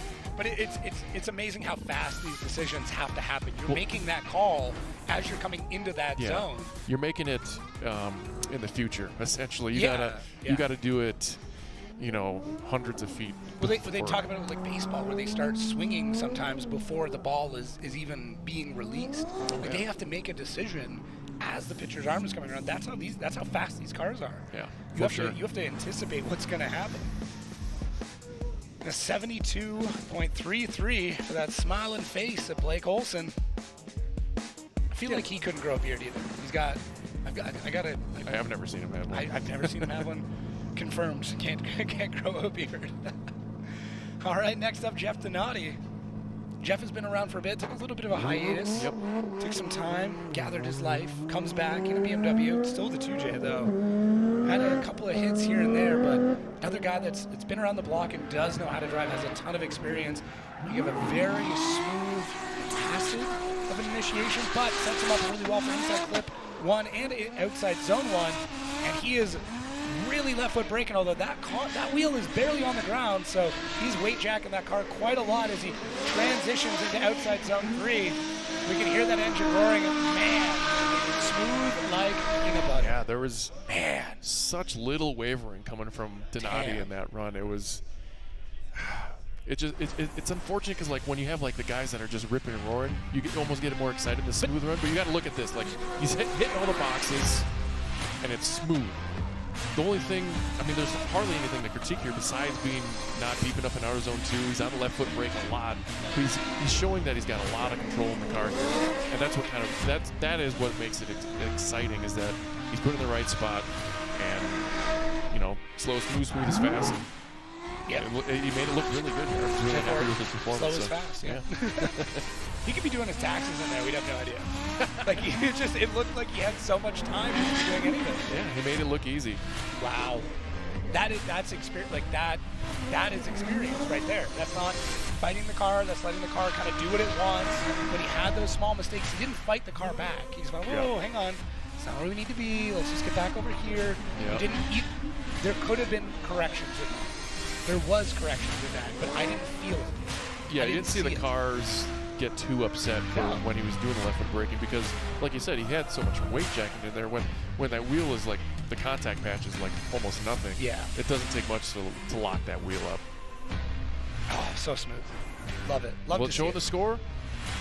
It certainly does with our new number 1 qualifier. There's our X factor. This is what the is. judges were talking about. Going into that zone, they wanted smooth. They wanted on throttle. He was on throttle. We didn't hear him like on and off like a dirt bike going through a track. Like it was just smooth. Yep, just a whole culmination of being comfortable in the car, the gearing, suspension, tire pressure, just everything kind of fell into place for Jeff there, and it showed in his score for sure. Next up, speaking of experience, Farouk Hugai, another driver, did the pro thing, coming back. I do think it's a great move. I'd love to see him here. I mean, he's moving his way up the ranks. Another driver that can come in and just crush this out. Like he's been driving for a long time, and it's not an old joke, just an experience joke. But let's see here. Wow, snappy. Real snappy as he goes in with that flick entry. He's able to pull back in for inside flick 1 a little bit, could have been a bit closer, but outside zone 1 looked great. Big, easy coming into outside zone 2. Gets back on the throttle there. Smooths it back out though. Does almost drop a tire there, right on the ridge. We hear the brakes lock up as it comes into 3. Shallows it out a little bit in 3. And that Enos Pedal Commander S14. Yeah, there's one thing that always struck my mind is one of our judges, Chris Uhl, in a driver's meeting, I think it was in Atlanta, he's telling these guys to drive with intent. And I think that's what Jeff showed us in this last one. And Farouk definitely had it in here too. It's just that I think he needed a little more intent, a little more confidence in some portions of the track here, especially coming in out of zone 2. I think he had enough momentum going in there. He just felt a little flu factor going in there. Didn't want to send it overboard and go in there. And same thing in here. I think if he just kept on the throttle, kept his momentum going, he would have been able to bend that 10, 12 feet over and fill that zone better and had a much better points on the board here. Awesome momentum and speed coming out in turn 1. Flicking the car. This is work on. He did recover, but you can see that mistake. Like I was saying, handbrake pull is always more obvious than the left foot brake. Dips a little tire there coming out of outer zone 2. The transition, a little bit lazy, and that's kind of that tense confidence thing I'm talking about, is that he kind of lost it there, and I think he needs to pick that up if he wants to provide his chase driver in the bracket a good lead run. Yeah, and I mean, really, the majority of the run was quite good, just that last outside zone, but that gives him a 74.33, putting him in 7th. Yeah, nothing to sneeze at for sure. No. I couldn't do it. There's no way. No way. And coming up next, I believe we've got Cody Buchanan. Or is it Buchanan? No, you're sure? Yeah, I'm fairly certain. Okay. Buchanan. Buchanan. Buchanan. No. Buchanan. Cody Buchanan. Got a supercharged V8 there, that 350Z. Coming from Sandback Race Developments. A little bit of a trend in the livery colors here. Yeah. In PROSPEC. You notice that with the Mustang, Oman, and Buchanan here? Yeah. Yeah, and Human, yeah. And pink is in this year. Pink and blue. That is the color of the season. Max giving him a send away here. I like it, Max. He's really coming to his own with that big arm throw. It's good. All right, let's see what Cody's got. Coming in wide and a big sling out there, and throws more angle out of that initiation. Destroying that first inside clip and filling most of that first inside zone as he sets himself up in the second. A lot of wavering, a lot of fighting with that car through the first part of that second outside zone. How's he do through outside zone 3? All the throttle, that's how he does. As he holds that car back and just barely keeps in the zone. He just mad at it coming into 3. Yep. Makes that transition, is like, here we go. Wow. Yeah, you could definitely hear the car got a little more angle into it, and the car started bogging, and that kind of pulled him out of the outer zone 3 there at the end of that run. They're waving. The blue and the blue and the pink are waving. I think there's like the Jeep wave. Look at the Jeep wave, yeah. So looking at Buchanan's initiation here, obliterating the inner clip 1, fully filling outer zone 1 here. Decent transition into outer zone 2. Comes out of it a little early, gets back into it. So that's going to be a little deficit to his score here, but he keeps on filling out that zone. Transitions well enough to get into outer zone 3 here. So what happens is the car gets more angle put into it, which usually results into the car slowing down momentum. It's gripping up. It's harder to keep the tires lit up at that angle, so we can pull out of outer zone 3. Looking after the destruction of our clip there, angling into outer zone 2, a little left foot brake there. Pouring on the angle, pouring on the smoke. He's on the throttle. He's giving that car everything it has just to keep those tires fired up to stay in drift. You can see it at angle there again. And overall, solid job. A little cleaning up to do on the line to fill the zones, but he'll be on the board for sure. When you have a long outside zone like that, when you start to add more angle in, you do lose that momentum, and you're almost forced to make a correction, whether that is coming out of the zone early or pulling out a lot more and getting back on throttle. And you will see some drivers able to measure that amount of momentum correctly. Yeah. Cody Buchanan, 72, putting himself in 13th. So we are starting to see here. We're almost to our top 10 here. Yeah, and we're kind of finding that like 70 mark, maybe where that cutoff starts beginning. The bubble. So yeah, that last outside zone, it's huge. We have 2 gigantic zones. Yes. And they're coming in hot. They're coming in 100 miles an hour. They're having to hold as much momentum as possible. Outside zone 2 is much longer than what you might think it is. And then a big long transition into 3, and then same thing. Like, you're hoping there's still tires under you at that point. Yeah, and that's the thing. Like, you either, with those long zones, when you come in with such angle, you have to go in way faster than you're comfortable with to maintain it. Yep, and speaking of going fast, Austin Mata, big e-brake initiation. We saw a little bit of a flick coming out through inside clip 1, a little bit awkward. Sets himself up coming into 2. Same thing, still fighting the car a little bit. He throws on that angle to fill the rest of outside zone 2. You can hear the car definitely using as much horsepower as it's got on tap. A great bit of angle into outside zone 3. He holds through it. It's interesting. You kind of saw how the track layout is. There is an elevation dip from the beginning of the track to the end of the track, and that does play a factor. You're carrying momentum differently coming downhill. Yeah, we should all, it all rolls downhill, right? So looking at Mata's here, who's doing a little left foot braking, even in the initiation, filling out outer zone 1 nicely, nice smooth transition here, but held out of the handbrake into outer zone 2. Now in competition, we haven't looked at the decel map, but that might be a deficit there. But we're doing qualifying here. Leaves outer zone 2. I felt like if he didn't left foot brake here, you could hear the engine bog down. Guess what happened? Pulls out of the zone and he couldn't get back into it. So he filled that zone only about 30%. I think he was just a little timid there. I do like the way that initiation snap is, with using the left foot brake to rotate the car around. Yeah, that wasn't like in outer zone 3 wasn't timid, but that initiation definitely was not timid. So here we go into outer zone 2. A lot of corrections there. The car is pulling angle in and out, and like you said, it just looked like he was fighting the car more than he should have. And right there, you can hear that engine just loaded up. It's right at its limit, right? Yeah. That's as much as it's going to take. Yeah, it's not the limiter, but it's definitely at a 100% load rate. yeah, it's same thing. It's tough. You want to find that balance between how much the engine can take, how much you're willing the engine to take, and the amount of grip that's in there. So, taking a look again at our bracket right now, it's kind of it's cool to see that mix of the OG PROSPEC and the new G. Yeah, the season.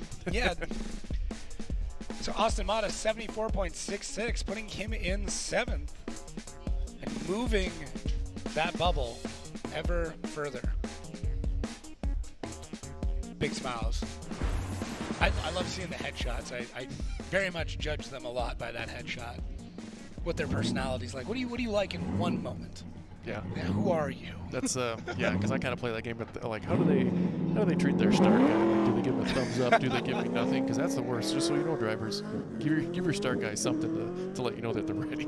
All right, and Big Wings are back here with Cole Richards, who is our winner. Who's back in New Jersey. Man, he's aggressive.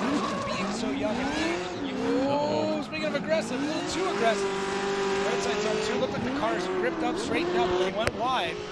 Big right to angle there coming into 3. Gets the car to sink back into the zone.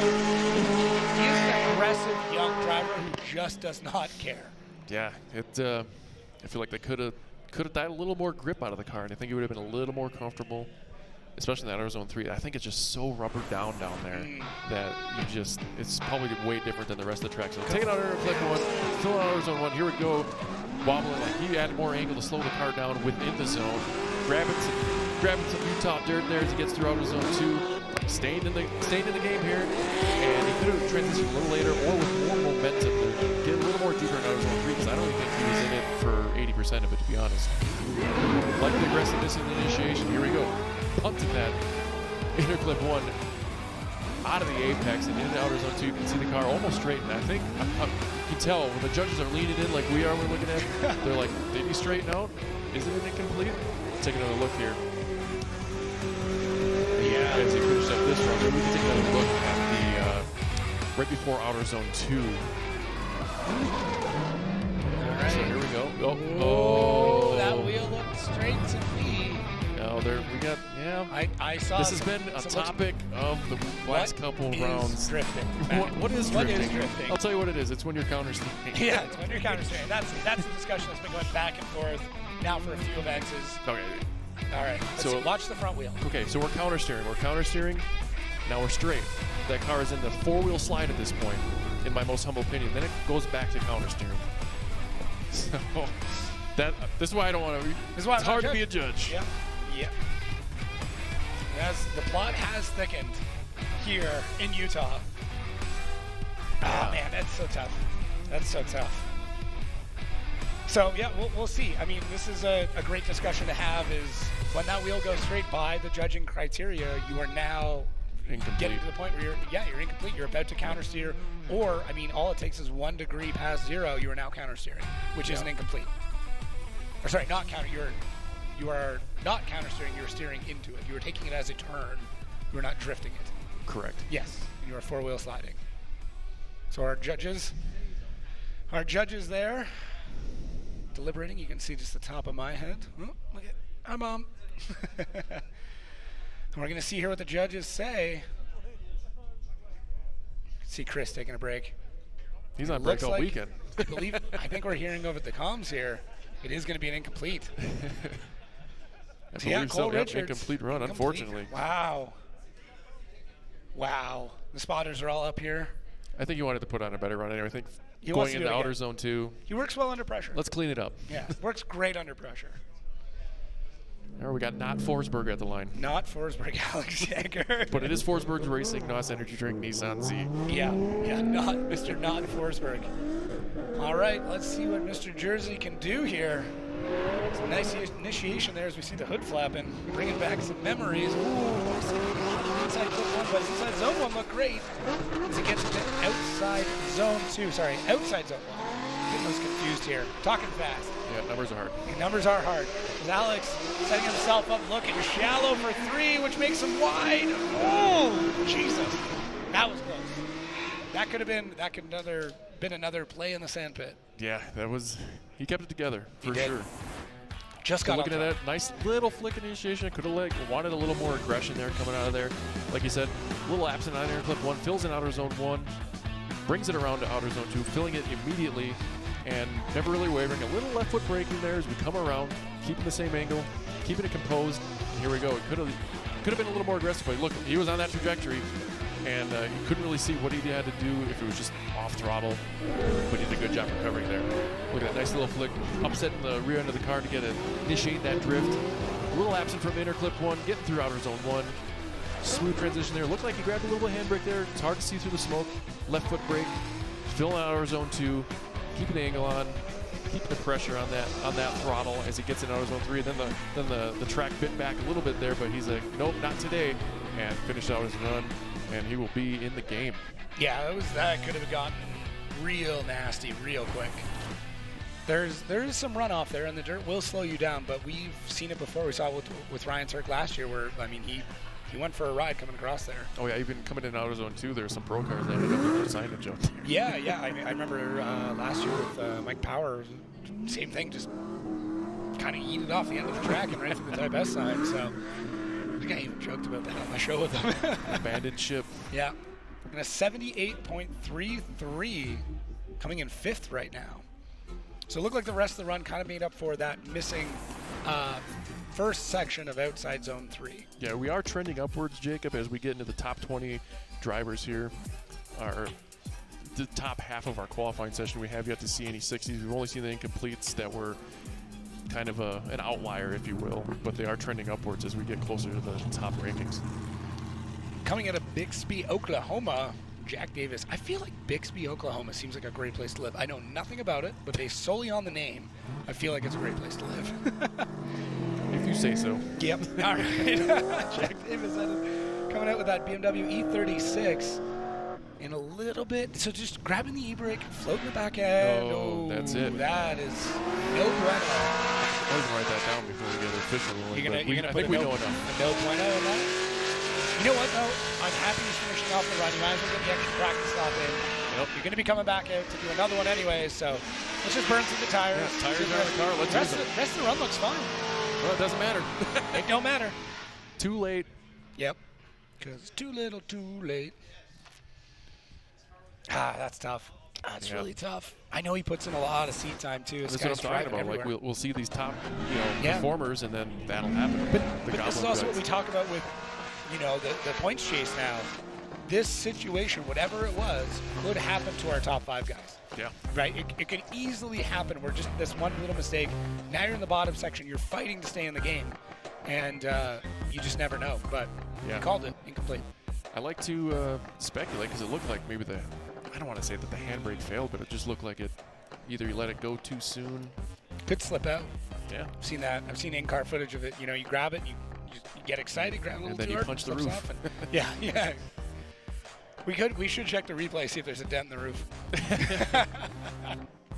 Snaps the arm restraint, punches the. I mean, he may have punched the roof just out of frustration. Yeah, that's true. But it could happen. Coming up next, Mr. Connor O'Sullivan in the RTS GT Radial E46. He's partnered up with Jonathan Hurst this year, and I think some of that aggressive driving style is starting to rub off on him.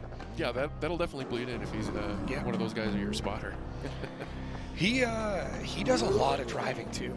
If you follow him on Instagram, this kid's driving a lot. Yeah. Basically every event he can get to. So shall see. Another young gun coming in, 26 years old. Old enough to have experience. That's a good age. Yeah, but still young enough not to care. Yeah. Old enough to know better, young enough not to care. Yeah. So let's see how O'Sully does as he pulls up to the line.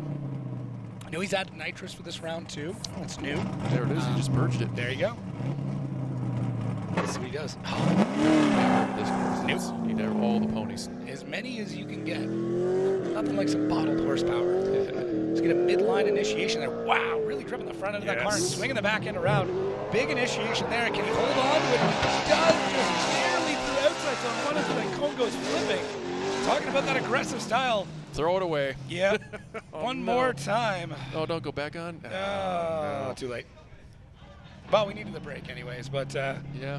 That is both. Yeah, that might have been a little too much. Maybe that nitrous a bit much. Too many ponies pushed him off course. Yeah. That Jonathan Hurst aggressive style is definitely sinking into Connor O'Sullivan. Yeah, we'll blame it on the spotter on this one. I can hear Jonathan through my headphones. I don't know what he's arguing about, but he is loud. He just in person or in car. Balled it up and through. But look, can we just appreciate that initiation? That was up there with Casey's. And I think right there, the rumble strips might have been 3 off there. So that might have been, at this point, it doesn't matter, but because that's now 7 wheels total. It almost looked like if you watch his handbrake before he goes to the outside zone too, it almost looks like an instinct. Yeah, so right there, he knew he should, but he shouldn't have, right? Grabs the e-brake, and that's what pushes him off. Yep. He should have just tried to power through it, but powering through it, if the car has enough side grip, or left foot brake, because that will definitely it's instinct though, right? You go into that zone, you want to grab the e-brake to sink it into the zone, but because his line was so far off from the first one, it pushed him too far. But he saved the car, he got it back. That could have been worse. He could have kept sliding. We could have been fishing him out of one of the billboards there. Yeah, he would have went over that jump. Yeah. he takes the drive of shame back. It's a long, long drive. Yeah. So it looks like Jeff Donati hanging on. Yeah, good on him. Yeah. Doing a great job as we scroll through our results here on the top. Let's see if we can start figuring out where the drop-off, where that bubble is, and who's going to make it in and who is not. Let's go through and we're seeing, Miles and Knapik and Olsen, Buchanan. I want to switch it to Bouchon on. I think because we have more than 8 incompletes now, so it might be less than the top 24. You know what I mean? Yeah, you're right. So there might be. So we might get to a situation, and we may already be in a situation where if you get a score on the board, you're in the show. Yeah. Or.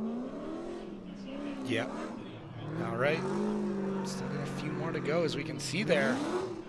O'Sullivan 24, but all those reds, those are our incompletes, so I think that's the case we're in. We look at our next driver here in the Pedal Commander burnout box, Nate Chen in that NCR Toyota 86.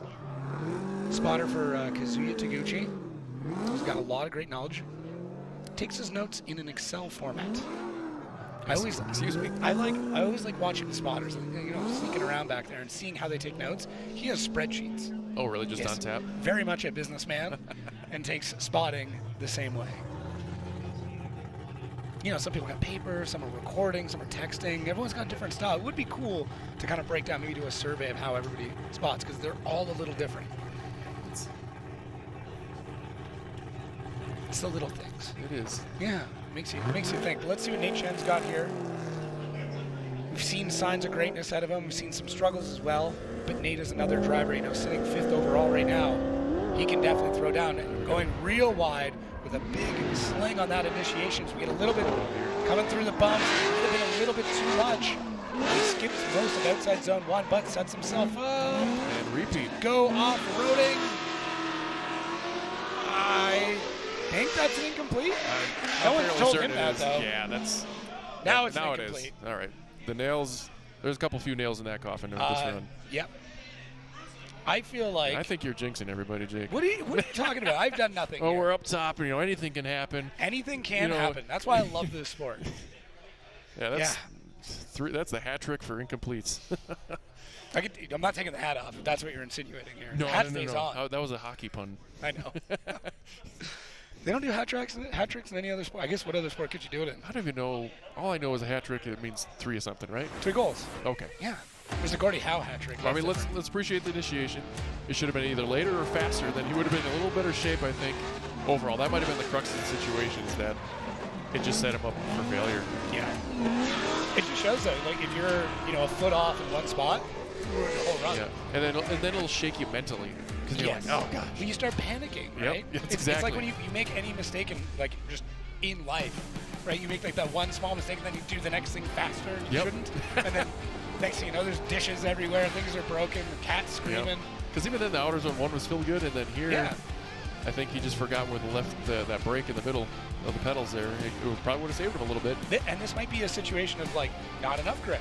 We talked about too much grip.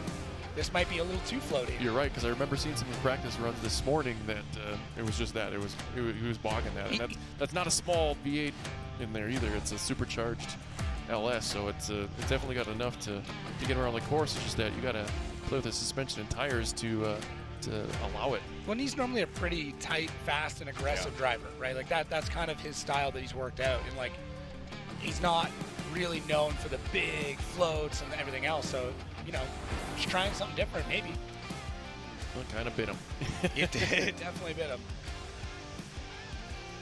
So, as we get the Buffalo out there, which I just learned that's what that's called today. It could be. Don't quote me. Got a Buffalo. We can see our results here. This is our top 10 right now. But we still have the top 4 to go. So, this, without sounding like a broken record, anything can happen, Mr. Sopa. Yes. Anything can happen. And these next few runs are absolutely critical to what's going to happen in the championship. This is where, and I don't know if these guys are feeling that pressure, or they're thinking about that, or if they're thinking about something else completely random, but you have to understand this is it. It's all going to come down to this. And you can see here, if you check out that red, that's a lot of incompletes, and all of these drivers need to put in something crazy to get back into this game. Yeah, because then they're going to be fighting for that, like usually. Yeah. So when we come back, we'll get this Buffalo sweeping the course here, and we'll finish out qualifying.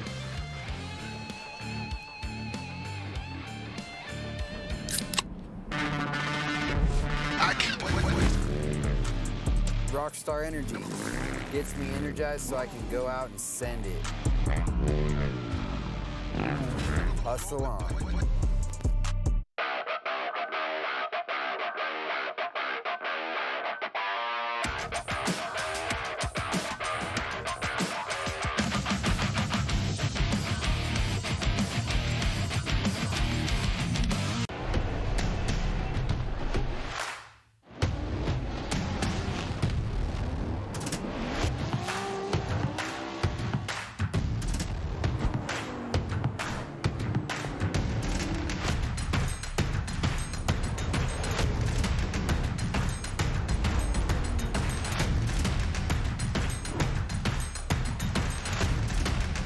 GT Radio. Experience ultra high performance. Link ECU. We know what it takes to win. Pushing boundaries, performing under pressure, and having the best people on your team.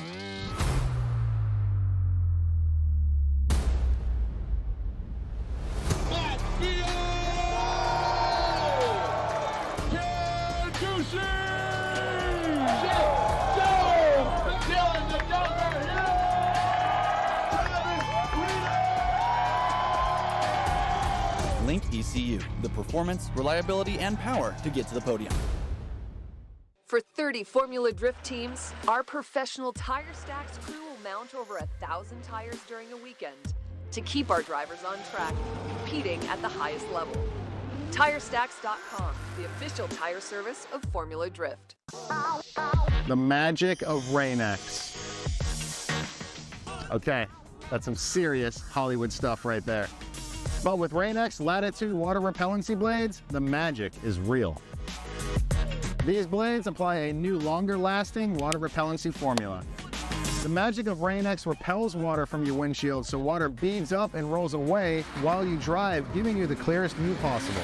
Treat your windshield for safer driving visibility with Rain-X Latitude water repellency wiper blades.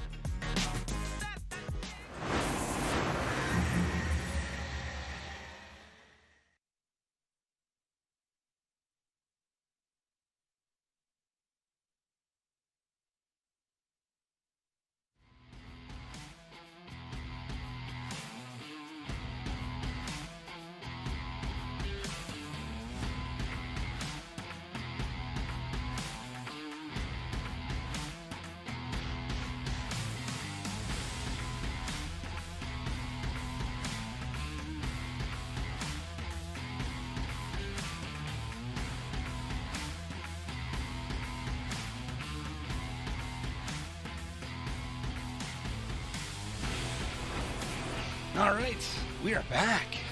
Gloriously top black. 4. This is it. This is the big boys. This isn't it, but I know. This we got is more to go. a very big Portion of it. A very big moment as you've been putting for these guys. You know, not putting pressure on them or anything. But I am. There's yeah, it shows. We've had 3 incompletes in a row because they've been listening to you and they got a bug in their There ear. is no way they have the live stream going and me in their ear. You'd be surprised how many guys have their phone pulled up and watching us in the past. If you're listening, Dmitry Brutsky, no pressure, but everyone is counting on you. No, he is a driver that's thrived under pressure. He's been in tough spots before. You know, he's been working at this new chassis. It's taken a little bit. It's a very different setup than what he had previously, but he's still top 4.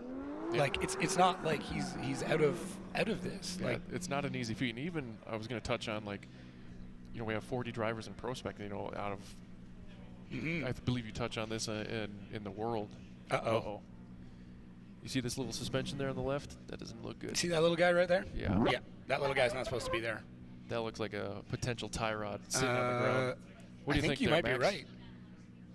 Okay, well. Is that a tie rod, Pat? Speaking of anything can happen and the plot thickening. Well, if he didn't have to listen to you, then you just jigged it. I feel like I'm making up for the announcer's curse in one day. But there's the thing. Oh yeah, so he's doing the reverse trick here. So the car's not going to steer well and forward, but it will go in reverse-ish. Okay. Depending on if it's a rear or front steer. I'm not sure on the BMWs. But the good thing is he can call 5, and he can make another run under his first run. Okay. So it's not the end all be all. He saves the 5 because he has a long day tomorrow and hopes that he can make it in our bottom section. What do you do? What do you do in this scenario? That's a good question. Do you save your 5 minute for a comp? Because that 5 minute is everything. But the bracket placement is also something. Right. If you are in the bottom of the bracket, you have a potential to run up against one of the top guys that are in this top ranking to potentially knock them out earlier, which would then increase your likelihood. This is like what... is your confidence enough to take out the... I have no idea. I feel like... I don't know. I don't want to make guesses of what Dimitri's going to do. Because then what happens when your tie rod breaks the second time? And this is what I'm talking about. So this is the decision he is going to have to make. And this actually has like pretty massive implications as to what might happen in the championship race. Yeah, as if it wasn't already. Without the tie rod breaking. Oh man, this is like literally, I'm getting goosebumps, man. This is why I like this sport so much. Is like this decision right now, whether or not to take a 5 minute timeout, may be the difference between him winning another championship and him not. That's true. Like this will be the branch. Yeah, as dramatic as I know I'm making this sound, like, and extrapolating I'm doing, this could happen. So, and this is what I'm saying. So he is right now in 4th place. For him to be able to kind of, I mean, it's going to be tough, obviously, to make up more than 100 points. That, but him going into the bottom half of that bracket and then potentially battling a Ben Hobson early and taking him out. That's what I'm getting at here. So just got word that he's actually going to skip. So that's the strategy he's going to play here. All right. The cards have been dealt. So he's going to skip. He's going to put his money on the second run, and hopefully he can get himself in the bracket where he, that's where he wants to be and have the confidence to, like you're saying, take out one of those higher guys. Then be it. This is honestly, I don't want to. You think that's a good decision? I think so. Because I mean, here's the thing. You're in 4th. I think points wise, there's no way he could actually win the championship. But he could mess the championship race up a lot. So I would be curious if someone wants to do the math for me. I don't know, shoot me a line, but like, I do think that this could have massive implications that he then could battle one of these top 3 guys right off the bat. Yeah, it's very, very likely. We have so many incompletes, and like there's so many factors, God. So we are going to take a little bit of a break. Another one. While everybody does the math and calculates and figures out what could be tomorrow. Yeah, shoot us a message because our calculators are broke and we don't feel like busting them out. So but we're going to get Britsky back to the paddock, and we are going to get on with qualifying, and we'll see you in a few moments. Don't go anywhere. We're here at Utah. So we are here in the PROSPEC pits of Englishtown. I gotta ask, is the main difference between PROSPEC and Pro that Pro people get chairs and PROSPEC people sit on the ground? Well, that's right. We run on a super tight budget, so I would really love some chairs, but the ground is just fine. Mother Nature provides it. I mean, beyond the obvious, you got tires, you've got money, you've got all of that. It is a certain vibe, the difference between the PROSPEC side and then the Pro side. It's really serious on that side, and it's kind of more loose on this side. And I think it just comes from a looser mentality, only because there's a little less money on the PROSPEC side for now, but it's growing, so that's nice. Yeah. And it's actually cool to see everybody getting really more serious about it and all that over here. But it's like we're all a bunch of homies, and then they're all like a bunch of gladiators that have been doing it for so long. They like each other, but they just are going at each other's throats. So yeah,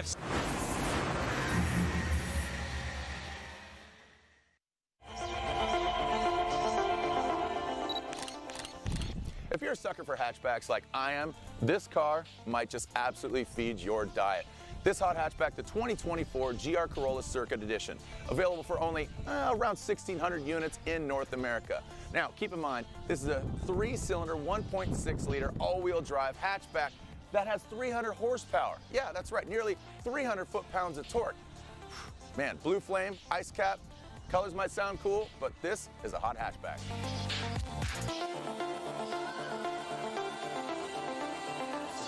the GR86 Trueno Edition. Same engine that comes in the GR86, but now we've hopped up the brakes. If speed kills, well, brakes give life, right? Comes in either the iconic white and black, the Panda scheme, or you got the track red. The Toyota Supra, an icon amongst JDM cars. Well, Toyota has now created the 2024 Toyota GR Supra 45th anniversary. That's right, 900 units available. Mikan Blast, 450, or you got Absolute Zero, only 450 of those. So 900 units in total. To denote this car as the 45th anniversary and change it up a little bit, a rear adjustable wing, also on the corners. Matte black finish on the wheels and black brake calipers. Toyota, 45th anniversary. Happy birthday. Three-time Formula Drift champion Jared Deander, behind the camera right there, the voice of Formula Drift, Frederick, the Norwegian Hammer Osmo. I'll show you a thing. Look, leave it to the professionals, bro. Okay. All right, Mom, Dad, it's been nice knowing you. But making you nervous? Now, I'm just gonna leave it to the professionals. You, okay. Castro, Ishi, and Turk. It's been real. I gotta go announce.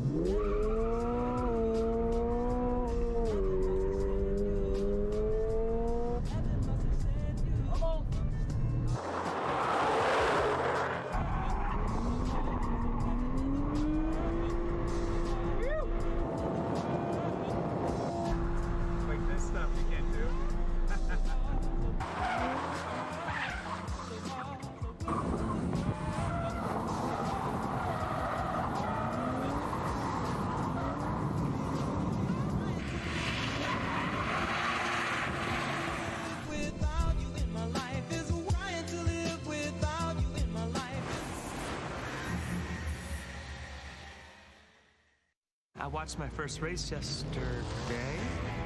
You're on the team, kid. It's orientation day. Hey, new guy. Let's get you up to speed. Lunchtime!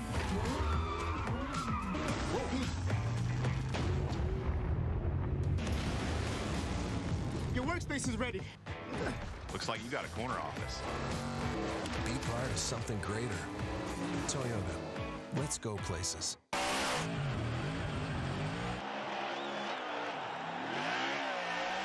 Welcome to the streets of Long Beach. Look at that. It is a beautiful day here in Southern California.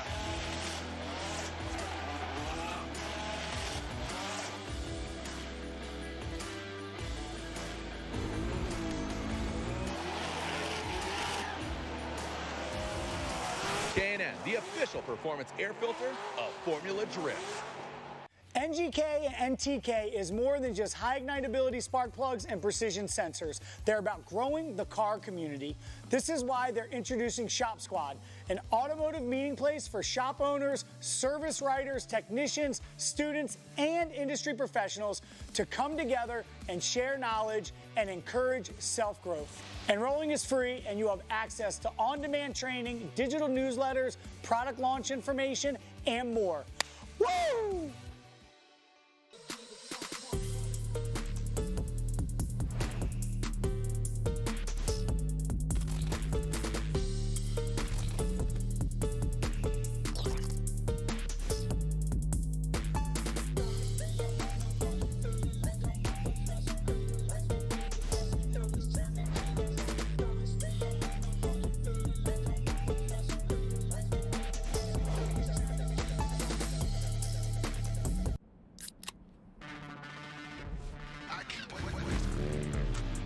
Rockstar Energy gets me energized so I can go out and send it.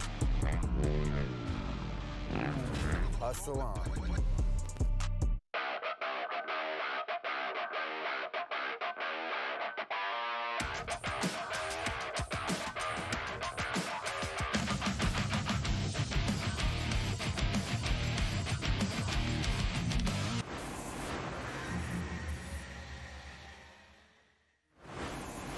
All right, we are back here in absolutely stunningly beautiful Utah. The views are great, the driving is nuts, the plot is thickening. There's so much going on here. If you're just tuning in, Dmitry Brudsky looks like popped the tie rod in the burnout box. Yep. Is going to do a second run, is not taking his 5-minute timeout. But that's going to mean that one of the best drivers in PROSPEC right now is going to be the bottom of the bracket, potentially paired up with one of our top guys. Yeah, I think it's safe to venture to say how well he's been driving. They'll probably get 24th, the best out of the knockout. Right. But like you said, it's a very, very exciting and interesting turn of events here in Utah. So yeah, we're looking at our top 3 coming up in qualifying next year. So that's going to be Rudy Hansen, Andy Haitley, and Ben Hobson.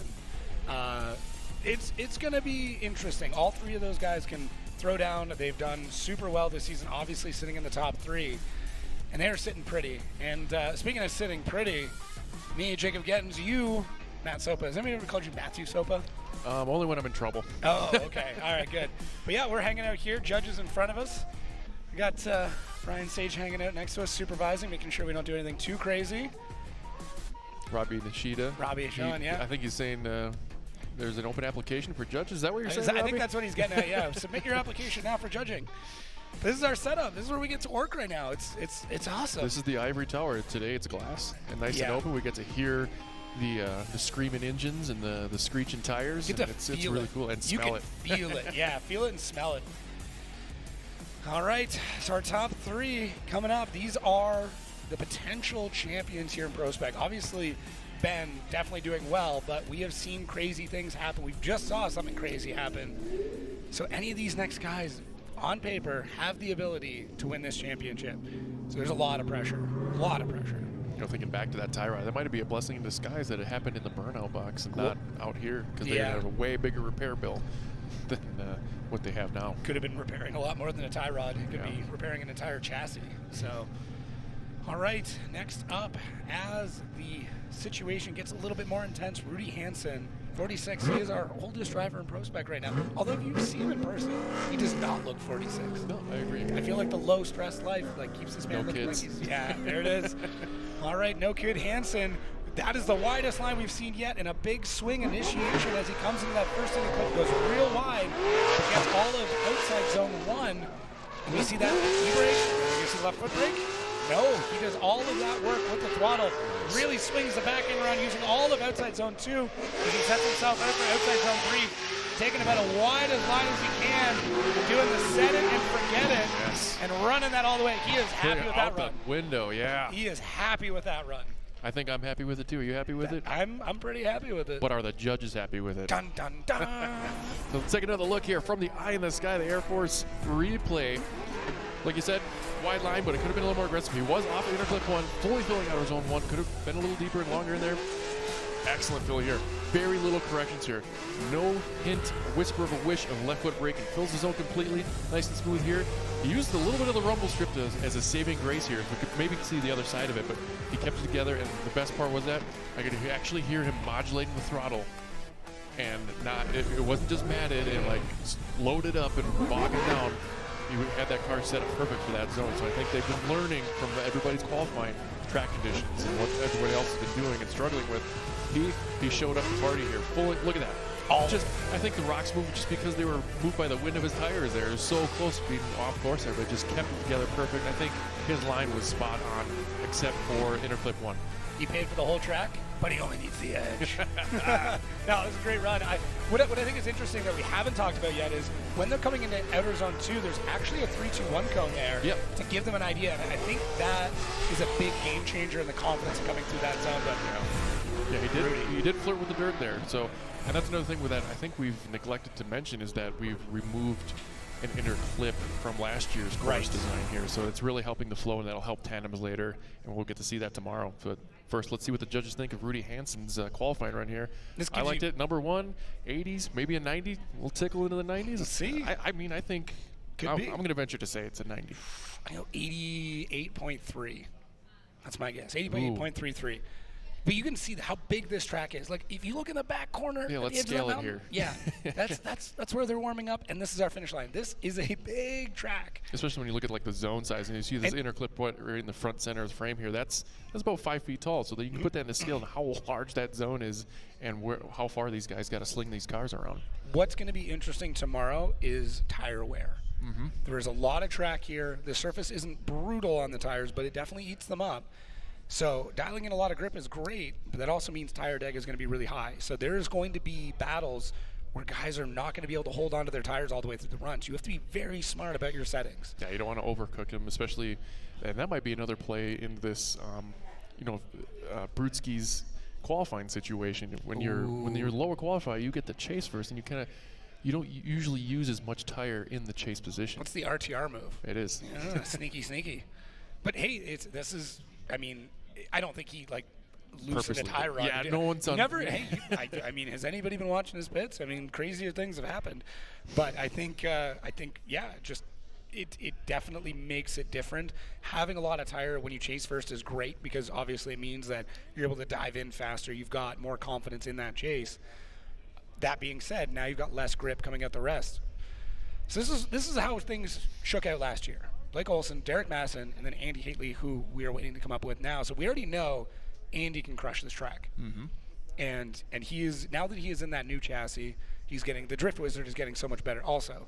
If you're listening and you haven't had a chance to check out his content, he's crushing it right now. It's so good. The Drift Wizard stuff is so perfect, and I'm so happy to see him lean into that. Yeah, it's definitely blossomed, especially with the hair and beard that Andy is fully succumbed into that character. He might look like the oldest guy on the grid, but he is not. Backing off the line. Is they giving him a minute to scrub again? Maybe, but is it killing you not to be out there? No, I'm in the shade. I'm not getting killed at all. I was gonna say, yeah, you're happy. Oh, we got the cone on the head. We're seeing that the Drift Wizard has somebody under their spell right now. The real magic is happening. Good old Max. Oh, Max. Oh, love it. I'm glad. I'm glad we found a suitable replacement for you on the line. We need somebody with personality, and if you've ever chatted with Max, he's got personality to spare. I was hoping he's going to do the flip. We could see if he could land it. But it looks like we got our score in? 85.33, I'm told. Okay, so we didn't get the graphic up, but 85.33. That's so our new number one qualifier is Rudy Hansen. Yeah, I was off a little bit. I think I said 88.3, so a couple points. So they allowed Andy to rescrub here, so now we're going to send Andy, I believe. All Despite right. some technical difficulty. Here we go. Max is getting a little RTR action in there. I know. He's finding his own. Oh, he's got to find his own. He's got to find his own. Andy midline coming in, big e-brake initiation. That car looks like it is leaning a lot, but he completely misses inside clip one, but goes for all of outside zone one. Let's see how he sets this car up from outside zone two. A lot of left foot brake. See him using that as a pivot point to bring the car around. It's back on the throttle. Nice early transition into outside zone three. He's going to hold on to it. Wow. Great job on that last outside zone. Inside clip one, not a lot of points there to lose. So is that a sacrifice for the rest of the Yeah, I felt like when we're talking about confidence and intent, going into outer zone two, we didn't have much there. Initiation, fine. Blew inner clip one out of the water. Outer zone one filled it, but he came back here. I think he just came in a little too spicy here, using left foot brake, hand brake to kind of slow it down, but he did keep it on the edge. He still made it look smooth. I'm not sure if it's like the body kit or a suspension setup. The car just looks planted, right? Like, it's so low to the ground, it's kind of an illusion more than anything, because we know pro cars usually aren't that low. It's that 2F kit that is giving it that style, even though that's not judged. But here we go, looking at the initiation, way off inner clip one, sets him up for outer zone one to fill it in decently, and does a lot of corrections there that really, unless to the trained eye, you can't really see it. It still looks smooth going in outer zone two, and he completely fills it, and here does a great job filling outer zone three. I really like the run. I just didn't feel like it was as confident as Rudy's was. Yeah, I know what you mean. Like, it's seemed kind of safe, but yeah. I know this is going back to Hansen, just to prove, that we know what we're talking about. Yeah, But look the at most those X factors. Yeah. Yeah, a 3, a 3, and a 4. So that was not. Yeah, we're just kind of recapping. This is the last round. This is Rudy. It's not Andy. You'll know Andy when you see him. You will 100% know I Andy. think he has glasses on there. Yeah. So where is he going to shake out in this? Like, is he going to be able to top that? Is he? No. What do you think? You don't think so? I think you'll be struggling to get in the 80s, just by the trend of what I'm seeing today. So thinking like a 79? Yeah, I think it'll be high 70s. Okay. We'll see how you do. Yeah, it hasn't been playing out too well today. You've been closer to me. Usually I was on the hammer. It's all good. Oh, 82.66. Nice. Let's go, Andy. And X Factor. And some X Factor in there. So we got 3 from each judge. So far, or no, we do have. I was going to say our top 3 has been pointing out to be top 3, but yeah. You're shaking things up, and it all comes down to this man right here. Ben Hobson, who loves hot moms. That has become his thing. We were talking at the meeting yesterday, and he's like, yeah, it's just all this pressure and stuff. I'm like, just do what Bruce Willis told his driver in Die Hard. Just drive the car, man. Just drive the car. What great advice. Very, very, That's very what I told him. I'm like, that's you. what I tell myself. Just drive the car. Yeah, and you know what? He's having a good time. He's enjoying himself. He's never not having a good time. No, he's partying it, and it shows in his driving. So let's see what he can do with that pedal to field suspension. Nissan S14, great initiation out there. Just touching in on that first inside clip, filling all of the first outside zone. As he goes into the second, a big left foot brake, a couple of corrections in there. Thought I saw some sparks, some leftover dirt. As he goes from that transition out of 2 into 3, and he holds it all the way through on the edge. Ben Hobson, oh, he just holds on. That rear wheel was hovering. Is that X Factor? That was something. That was crazy. He was hovering that wheel over the dirt. Yeah, that was a good performance from Ben here. Would expect nothing less. I feel like he could have cleaned it up here. He definitely recovered from his situation here. It was just overcooked in the clip 1, overcooked outer zone 1, almost went on the other side of the rumble strips. Kind of made up for it in outer zone 2. Heavy left foot braking to begin with, but he kept the composure here. And check out this transition into outer zone 3. Nice and snappy. Came a little shallow, but then it came out a little deep. Just ripping up that dirt, but like I said, that's what it takes to keep his composure. Even if he dropped the tire in the dirt, he stayed in the game and still filled his responsibilities. Will it be as high as even Andy's score, Andy Haley? I'd venture to say, yeah, I think it's on par with that. It'll be tight. Yeah, there's some mistakes that he could have cleaned up that were similar to Andy Haley's, but very good performance here from Ben. He's the first person in outside zone 1 to put his front wheels through the zone. Yeah, that's true. Which I don't know where the line is, if that means 2 wheels off, but that's another thing I may have missed in the meeting is where they factor in or where is out of bounds on that zone. Is it the beginning of the rumble strips or is it the outside to the dirt? I am not sure. Because if that's the case, then that would have been 2 wheels in a way bigger deficit. A whole other situation on our hands here. He's got points, because I haven't seen anyone say otherwise that it's an incomplete. Yeah, I haven't heard any talks about an incomplete. But let's take a look here at the weather. Can you do your best weatherman, boys? Big bold, no? I put you on the spot. You sure do. It's all good. Yeah. But yeah, let's. We can see here the clouds rolling in over the mountains, but that could be. This is the crazy thing. That could be just a beautiful sky. That could also mean that qualifying in pro coming up next is chaotic. Yeah, which also means I'm outside for that. Right? Yeah, I go back to the stage to do interviews, and you go back to the start line. We're out in the weather. Yeah. So we're gonna see here as we get our scores in. 76.33. So Ben Hobson all the way down in 9th. Okay. Now, a couple parts to this. He's not going to get any extra points from qualifying. Nope. He's going to put him mid-pack. So he's going to be driving another, mid-pack qualifying driver. This bracket is going to be really interesting. And what's going to be super interesting is when we look at the bracket, it's not just who you face in top 32, but how it stacks. And where our top 3 are, how that works out. But Rudy Hansen is going to pick up 3 points that he definitely wants in this race. Jeff Donati picking up 2, and Josh Love picking up 1. As we see how the rest of this bracket is going to kind of look, we still have our bottom section, but who's coming in 24th? O'Connor just making it in there. Yeah, so interesting. We only have 2 scored qualifying runs that end up having to do their 2 runs. So we had 8, 9, 10 incomplete. So, and there's still some heavy hitters in there. Yeah. As far as, obviously we got Cole Richards. Brutsky. Brutsky. We got Cole Richards. We got Brutsky. We got so many people. So when we come back, we're going to figure out what this bracket is going to look like. We're going to dial this in, and we're going to have a much better understanding of how this championship race is going to turn out. And run the second runs. Yes, exactly. That's what we're going to do when we come back. All right. We'll talk to everybody soon. Stay tuned. We'll be back very, very shortly.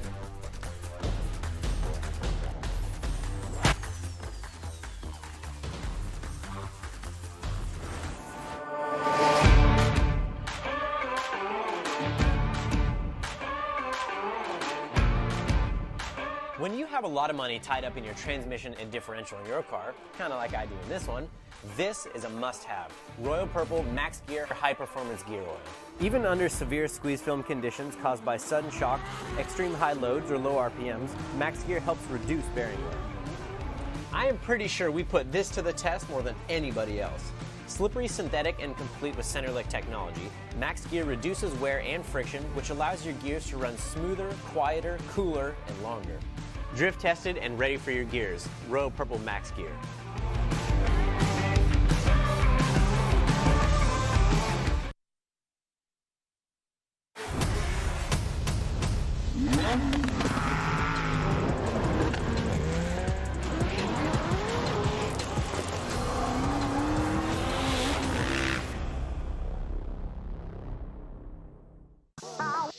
The magic of Rain-X. Okay, that's some serious Hollywood stuff right there. But with Rain-X Latitude water repellency blades, the magic is real.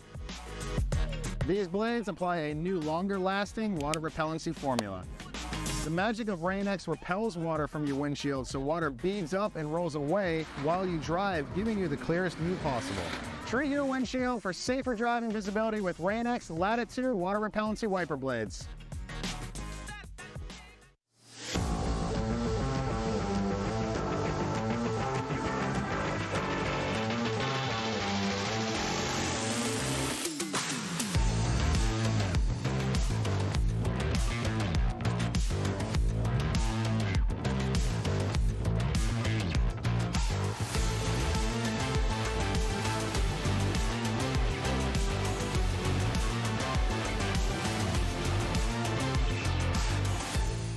Momo, founded in Italy, raced across the world.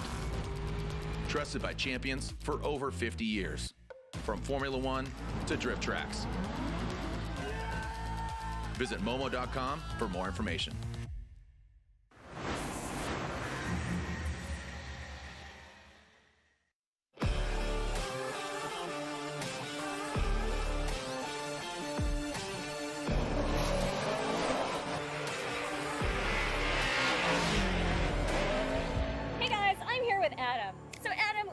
Sharing a car with Vaughn this year for FD. How did that all come about? This year, I knew it was going to be a challenge for me. We figured out one of my favorite things in the world that I've ever done. We did an event in Ireland last year.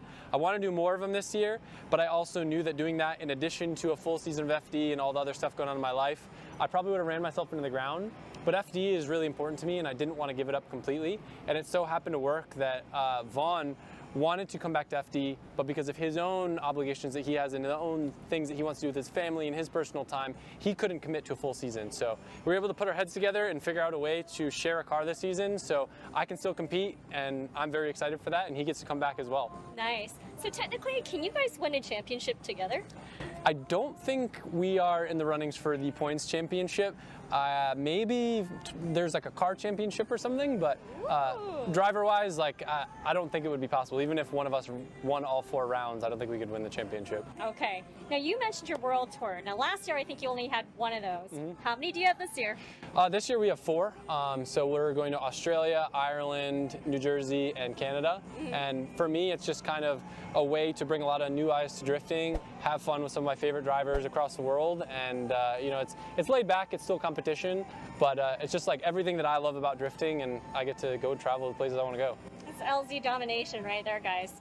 So, Adam, I noticed that you got the 2023 team shirts. Do you want to tell us a little bit about it? Yeah, I mean, the shirt's just based on the livery this year. I'm running with the same partners as last year. Great companies, Nitto, BC Racing, Pennzoil, NGK, NTK, Optima, Type S, Funhaver, of course Ford, and it's awesome to have so many amazing companies support our program. Absolutely. So which ones are the races that you're going to be in FD that everyone can watch you at? I will be at Long Beach, I will be at Orlando, E-Town, and St. Louis. You guys heard it first. Thanks so much. Keep watching.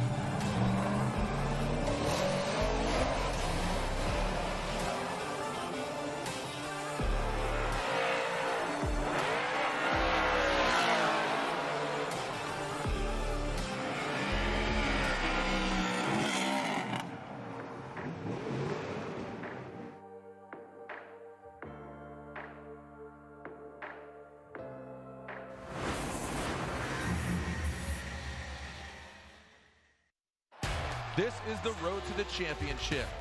I've won the championship twice now. I think we can do it again. Let's go. Let's do this.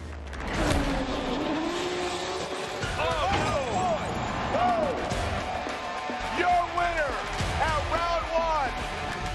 Look at Osmo. He's a magician. Here we go. Rain or shine, these guys are down for a good time. You can't count anybody out. Everybody's really pushing the envelope. One mistake, and that's it. Oh my goodness. What did I do wrong? I don't get it. So it's all about attrition here in St. Louis. Oh! We're in the playoffs, man. We are fighting for it tooth and nail. And Osmo goes hard. Matt Field, the guy to beat. We got 20 seconds to shine. We can't make any mistakes. If you do, you're out. It's going to be coming down to Irwindale, kids. Is Matt feeling the pressure? Absolutely. The championship is on the line. Ryan Turk, he says, hold my rock star, homeboy. Let me show you something. Matt Field is out. Huge repercussions here. Your winner, Frederick the Norwegian Hammer Osmo! What an amazing ending to a 2022 season.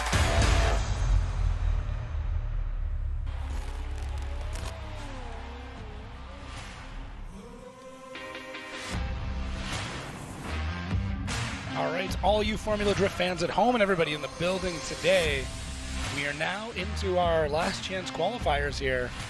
So these are the drivers that had the 2 lowest point scores, and then everybody else had incompletes, and we got some crazy names down there. Yeah. So it's going to be interesting. It's going to be very, very interesting to see what happens next. So first up, we got Alex Leclerc in his, what is that? Winston 8R6. Yeah. There goes the snacks. All right, here we go. Non-stop tuning coming out across the line. We need to see points on the board. We need to see a good score. As he comes through, let's check that initiation. Big e-brake as he comes through that first inside clip and says, yeet, and misses most of that first outside zone. Able to get it things back together for the second outside zone. He's pretty shallow on it.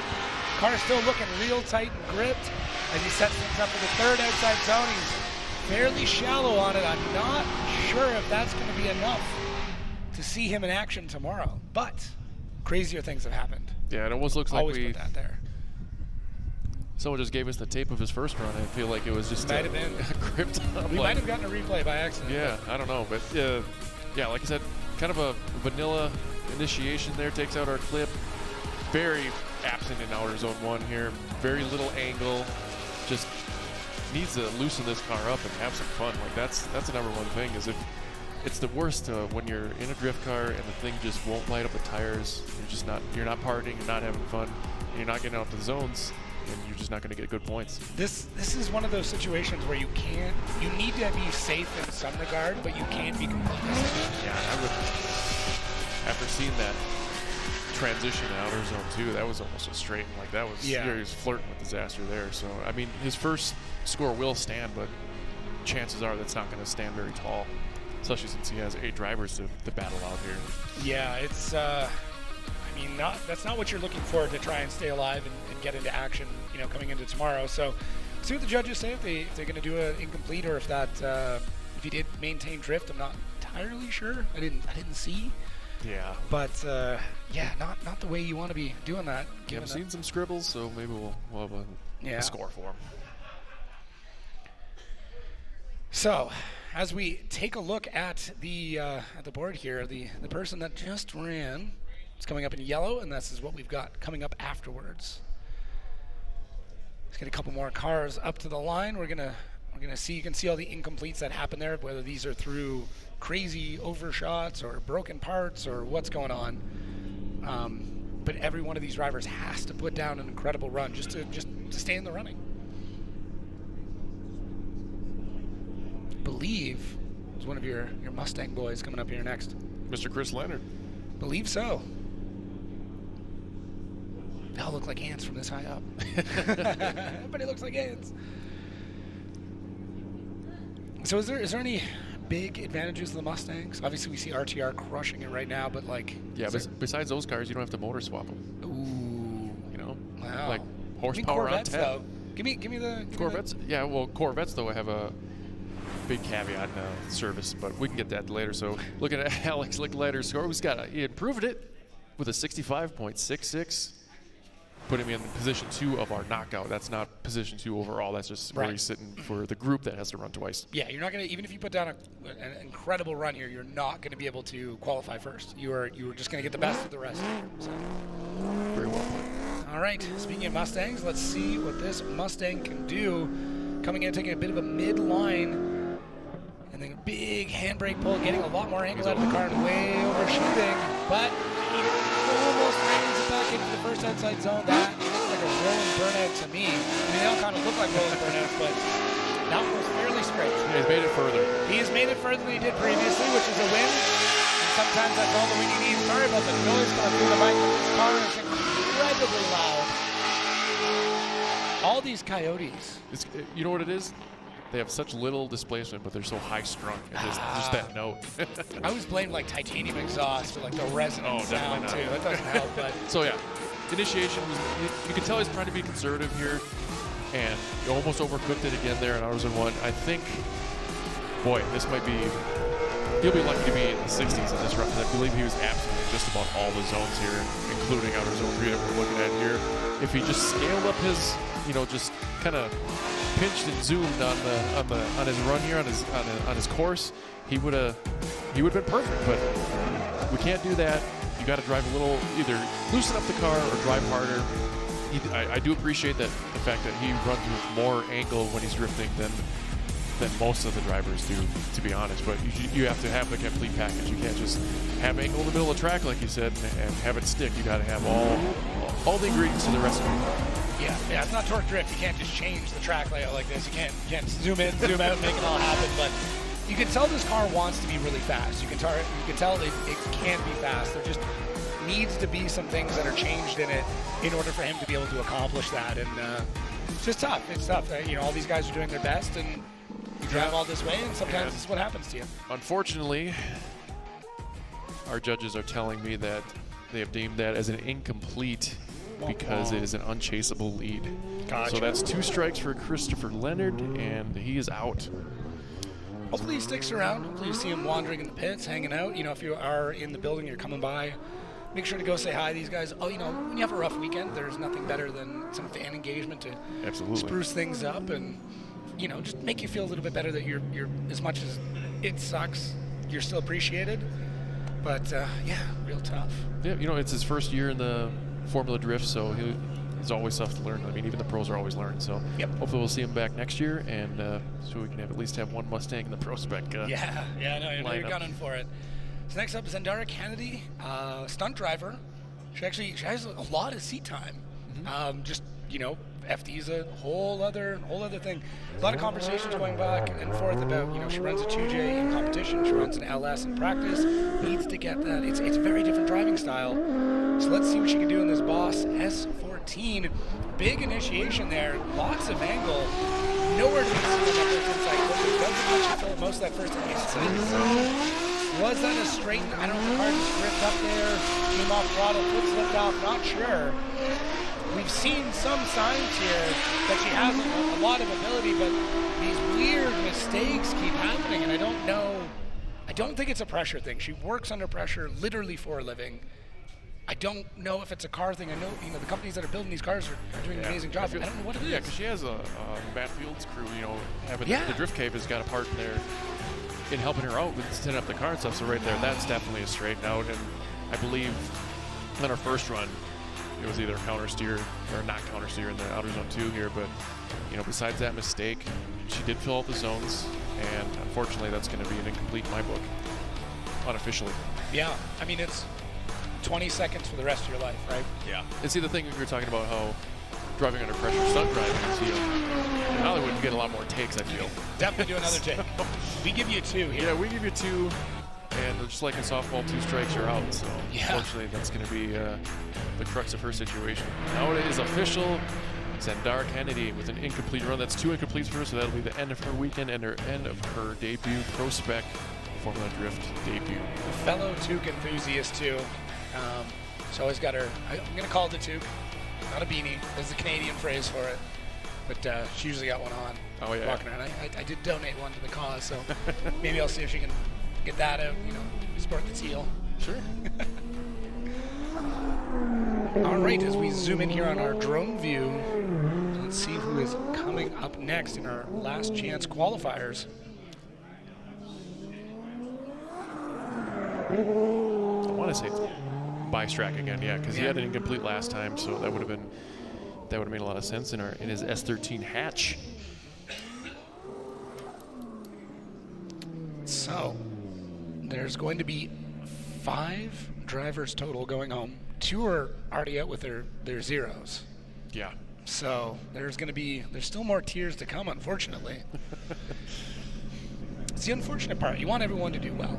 You want to be a cheerleader for everybody. You want to see it. Not everybody can win, obviously. But there's no participation carbon trophies, so. No, there is not. We should make little tiny ones. Just like, Nope, don't even. Nope. Nope. Nothing. Nope, it doesn't. So Bystrack, let's see how he does coming out of the gate here. Taking a look for that line, pretty straight on, although leaning over. Get that nice flick as he comes to that initiation. Can he touch that first inside clip? A little bit wide, but does get to the first outside zone. He transitions into the second outside zone. Almost went wide there, making some big corrections. Full lockup on that front wheel. He starts to transition to our last outside zone. It was a cool rate to angle, but ripped up there. Blasts the two-step a little bit. Fills up the rest of that zone. It was just awkward. Well, just awkward. I think it's safe to say he's got points this time. So that is a good thing. That's an improvement. So here, looking at Bystrack's a nice little flick. He slowly went to the left there. Got a good initiation. He looked like he was closer to that inner clip 1 than we initially thought. Deep into outer zone 1. Smooth transition here, but he got shallow. Had to make a lot of corrections here.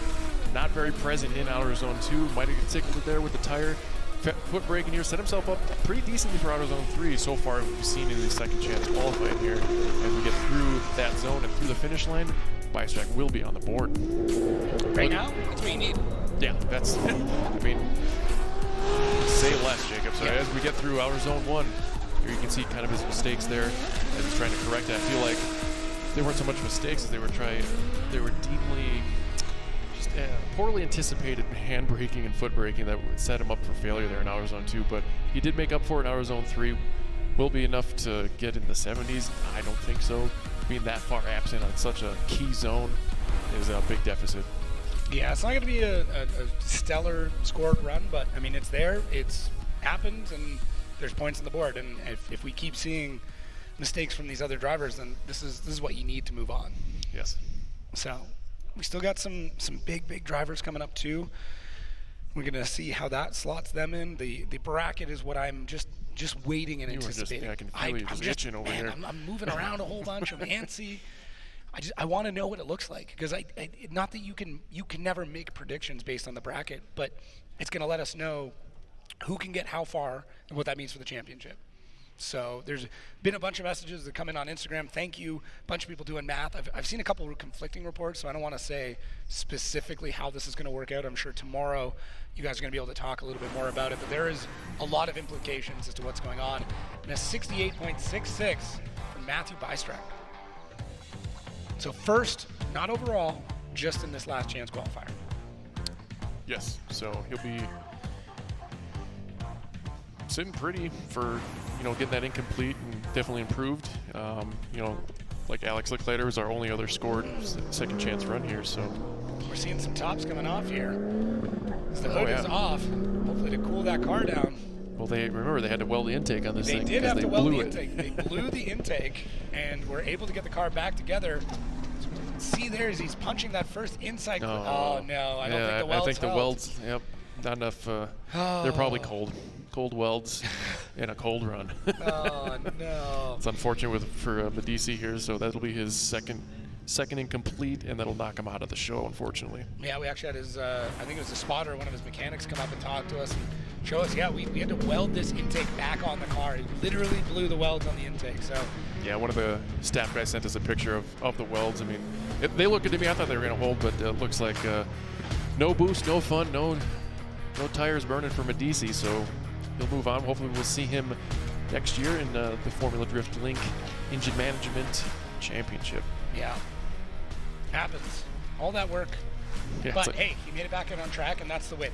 The win is that the team, got everything together, got it out there. If it didn't hold, it didn't hold. It happens. I'm seeing a little sweepy action going on. Yeah, we got Michael Weber out there. Give us a wave if you can hear him. He's got good form with that broom.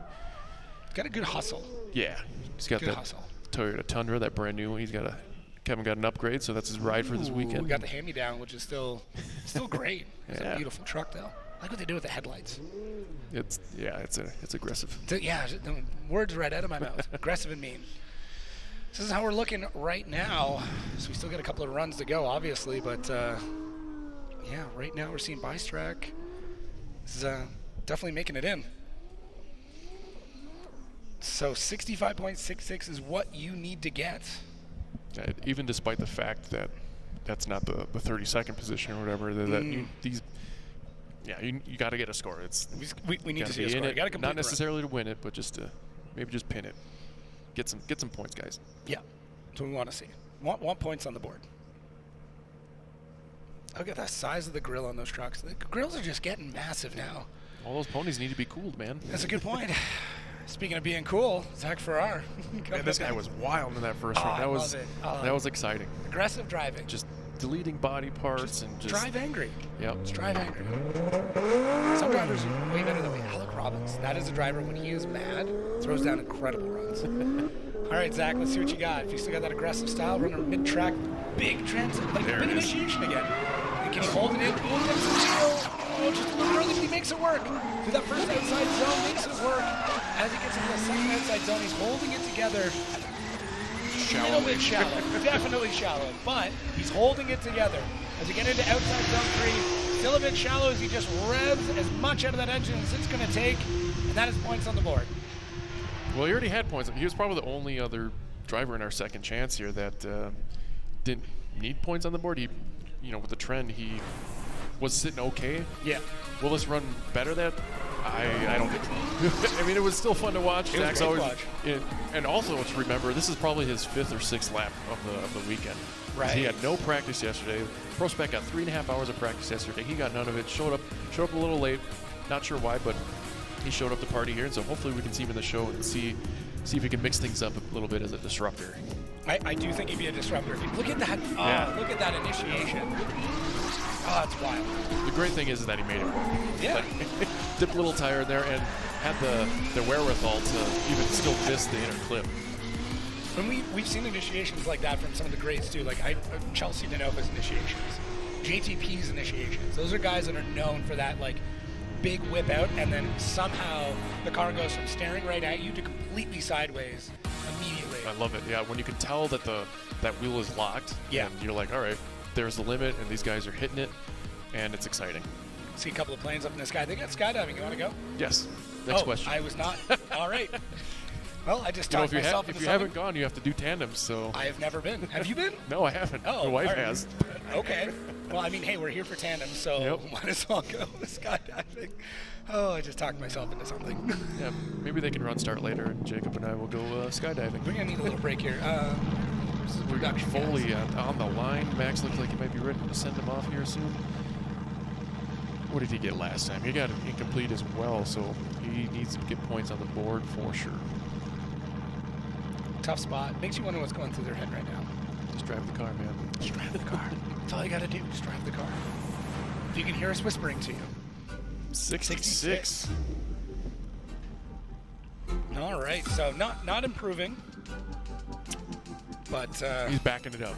Yeah. No, he's just like, this is where I live. So we'll see what that looks like in competition tomorrow. So we got Foley up to the line. He's got his window cracked. Let a little air in, a little fresh air in. The beautiful Utah air. let's watch for this initiation as he comes in a little bit shallow, big e-brake, but real safe initiation as he gets that inside corner. Looks like he gets that first inside or outside zone. He's doing a good job to get the car out to the second outside zone. Pouring on the throttle. Looks like he's going to exit a little bit earlier than he should be, though. Good transition, nice and smooth as we get to the last outside zone. He just has to hold it here. Yes. Hold the car in. Oh, big clutch kick.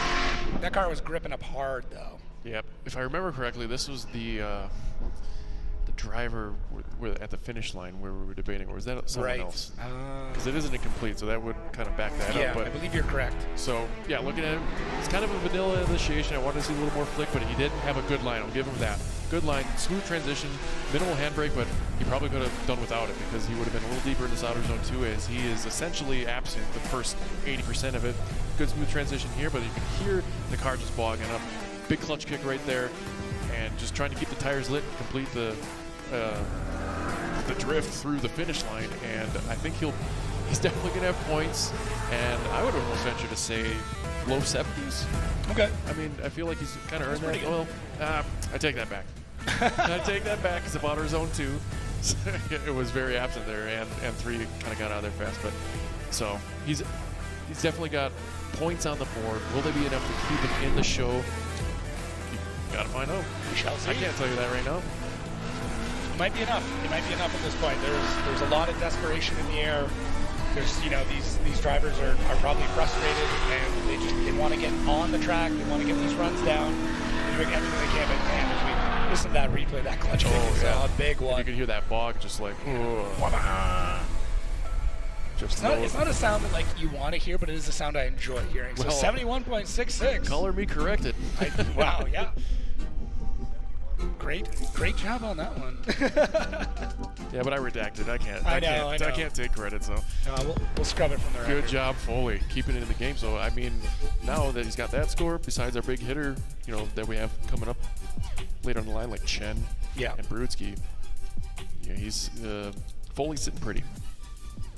Now we've got Jay back in the box.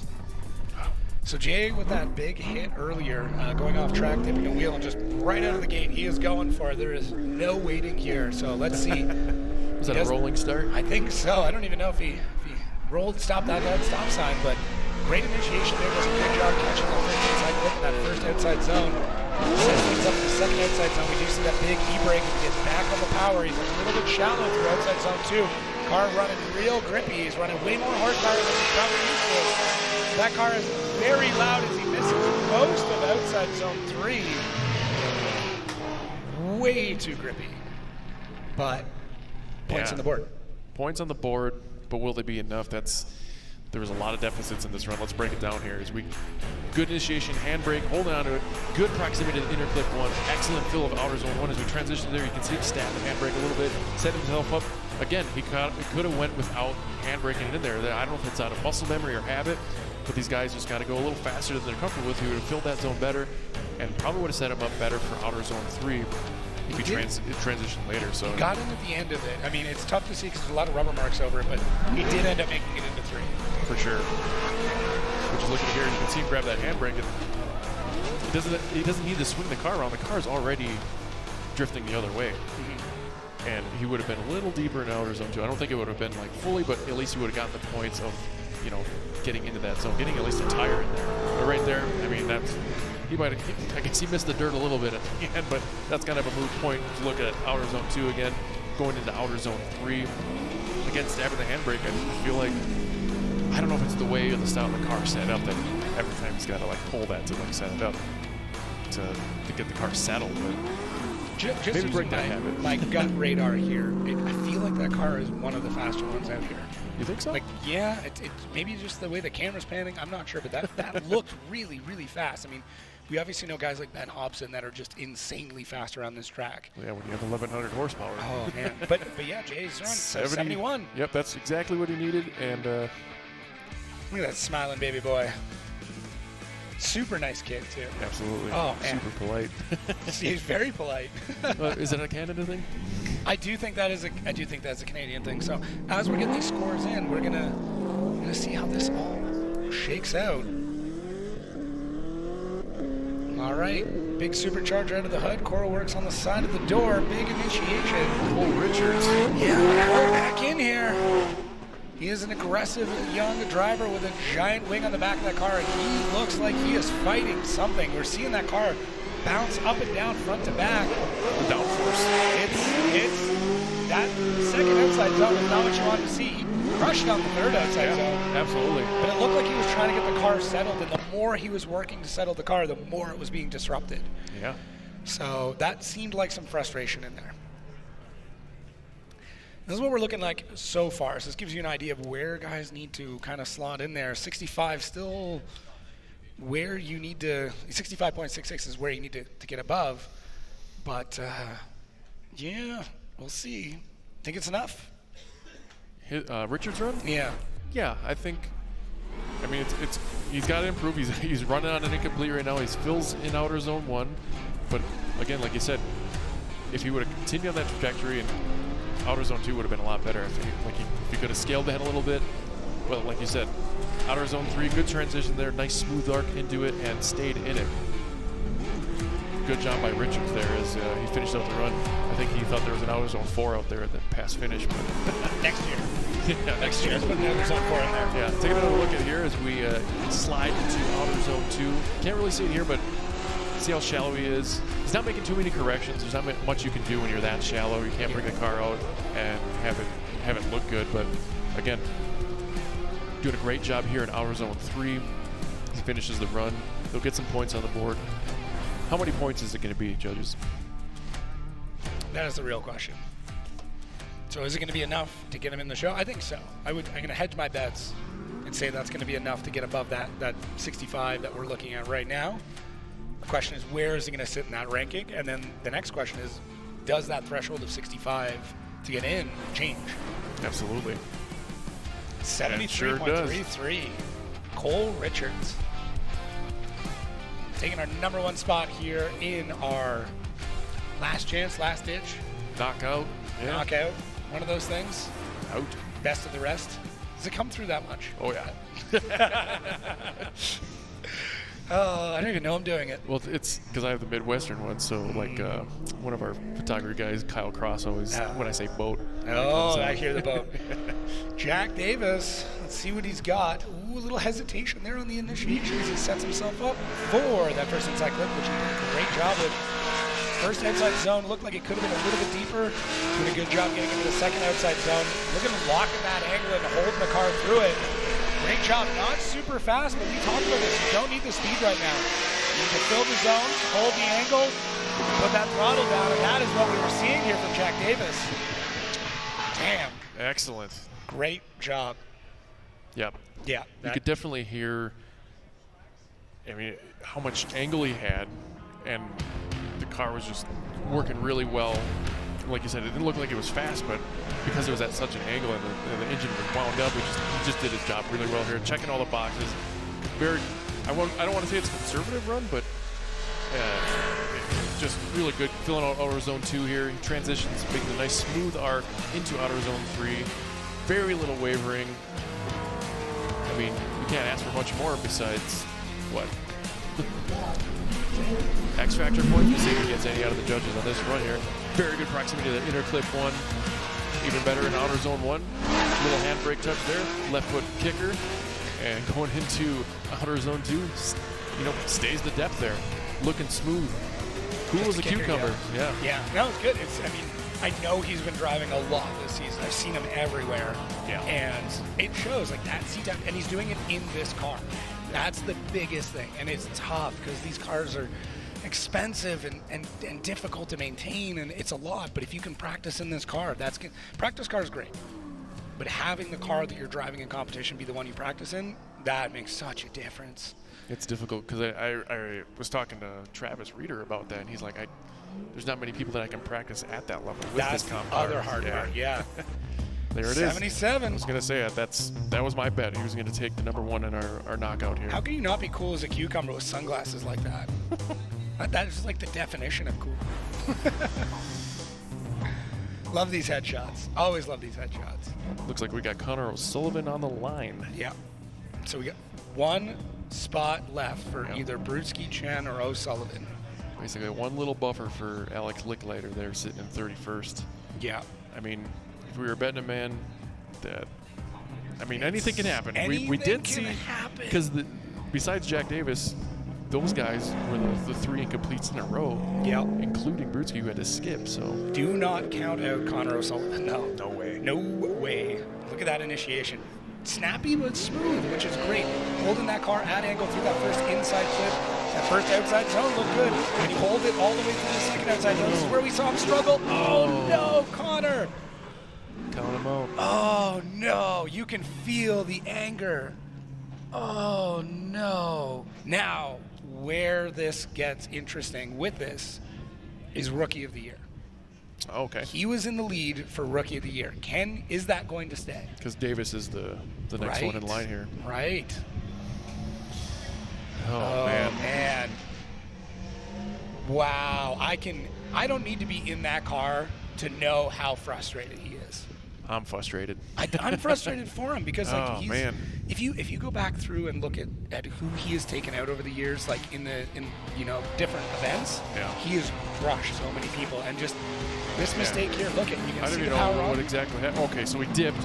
It defeated. Oh, he just dipped. Like you said way earlier in our qualifying session here, you get caught in that dirt, in that drop off, it sucks you in. Like there's not much you can get out of it and safely. No. The e-brake.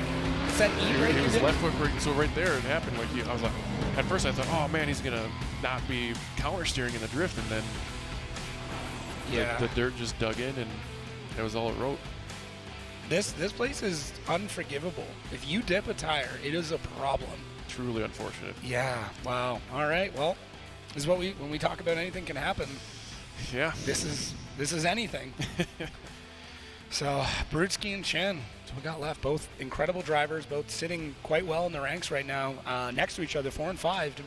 Brudski in 4th, and Chen in 5th. Licklater's just got his fingers and toes crossed at this point. I'm sure. That man's finding lucky rabbits. He is staying away from black cats, looking away from anything that's going to be bad. Oh, bad energy. Oh man, that might be the worst place right now. It's sitting there. Just helpless. You can't do anything. You got to see what's going to happen. Yeah, you laid your cards out, and that's it. That's all you got. Wow. Oh man, tension is building. So we're going to see here Nate Chen. What is going on? We are hearing that Brudski is ready to go. Yep, we fixed his car. Is that O'Sullivan's pits we're looking at right now? I believe so. I see the bead. Yeah, that tire came off. I mean, it's a lot of speed coming into that corner, and that gravel just gets in there and digs and tears and pulls that tire apart. Which is surprising because from what we've heard and the pressures that they're running in the tires, you didn't think it would be that easy. So that just kind of attests to show how much speed and how aggressive that dirt can just peel that tire off the wheel. Yeah. 2 drivers left to go. We got 1 spot ready to go to get into the show. I did not mean that to be a wrap. It just happened that way. I was waiting for the spaghetti to come out there. No mom's spaghetti. I mean, I live across from Detroit. You think I'd have maybe it would rub off. But no. Nate Chen in the burnout box. Trying to be as calm, cool, and collected as possible. That Pedal Commander burnout box. Let's see what he has got coming into this. He does have an incomplete. So he's got 1 shot, 1 opportunity. If you remember his first run, we felt like he took too much grip out for his style of driving aggressive and kind of fast. So maybe they can find a happy medium here, get some points on the board. That's all he needs. That's it. And then it needs to be better than Brudski's. Yeah, that's all you got to do. No, that's for Licklater, isn't it? Yeah. Okay. He's got to. If he puts down a run, he gets in the show for now until Brudski goes out, and then somebody's got to be above a 66 or 66.3 or something.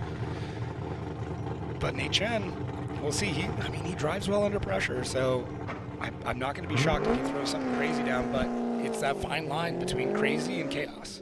Pressure creates diamonds. Let's see if we can do some mining. I love it. All right, Nate Chen with a great initiation there, holding on to it. Oh, the car looks tight as he drives through that first outside zone, locking things up again for the second outside zone.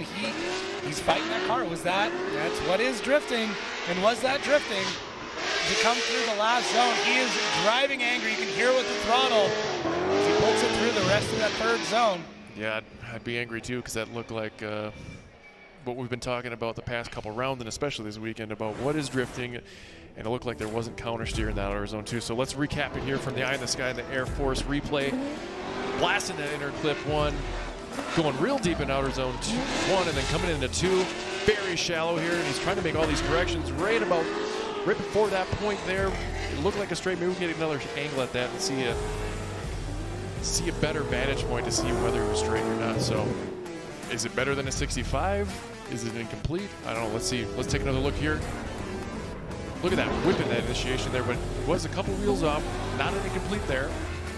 I don't know if we can slow it down here enough for the outer zone 2, but right about there, you can, right before it cut, you could see it stopped counter steering, and you had to make an adjustment there. Will the judges deem that incomplete? I don't know.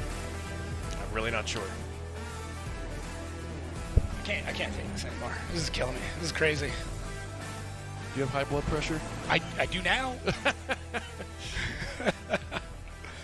It's so much more. I mean, you know this. I'm a very animated person, and when I get into these situations, I like to walk around and move and say things. And I'm here with you. You're more than welcome to stand up and do what you got to do. I feel like I would just pull the mic off the desk. But it looks like they're tabulating, so I think they're not going to deem that incomplete, and he's going to have a score. It's real close, though. Yeah, that was real close. That was about as close as you can get without getting your eyes wet. That's for sure. Yep. Old Greg. We got old Greg, guy on a Buffalo. We got the YouTube classics coming out here. I love it. Oh, I love it. Everybody in our age demographic right now is understanding the references. Anybody on either end of it, though? No idea what's going on. Somebody needs to. Yeah. 66-66. Coming in sixth. That's a scary series full of numbers. Evil. Yeah. Hopefully that is not a sign of anything to come, but what that means right now is Brudski needs over, I believe it's a 65.66. That's what he needs. So it sounds easy. Yeah, it's easier said than done. And here's the thing: there was a tie rod issue. Yes. So what is going to happen now? So what I'd like to know is why that tie rod fails. Right. A lot of the European and Japanese cars seem to have small tie rods. You're going back to the Mustangs I pick because they have like truck tie rods. I'd never bet those things. I've never seen them pull out. But back to this, like, is it because it was weak, or was it backing out to begin with? We don't know. Hopefully it was just an easy fix. They put it on, set the toe, let's go. Here's the thing, though. He did not use his 5-minute timeout. That's true. So if there is another issue, and I guarantee they went through that whole front end and went, okay, we've got another chance here. Let's take a look, make sure everything is ready to go. So I highly, highly doubt there's going to be another mechanical issue. But if there is, in the unlikely event there is, he still has this 5-minute. Yeah. We get to hang out for a little bit longer, but we'll see. So he's been waiting in the wings for a while here. I mean, that's the other part to this too. These guys have all this practice, and then they sit. And the weather changes, the track temperature changes, so many variables change, and you just hope that you've made the right choice.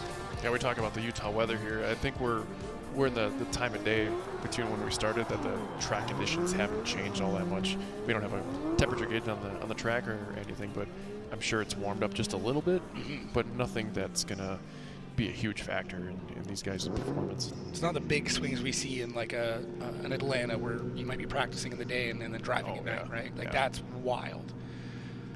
When you talk about 20, 30 degree temperature swings, it gets that'll definitely affect the car.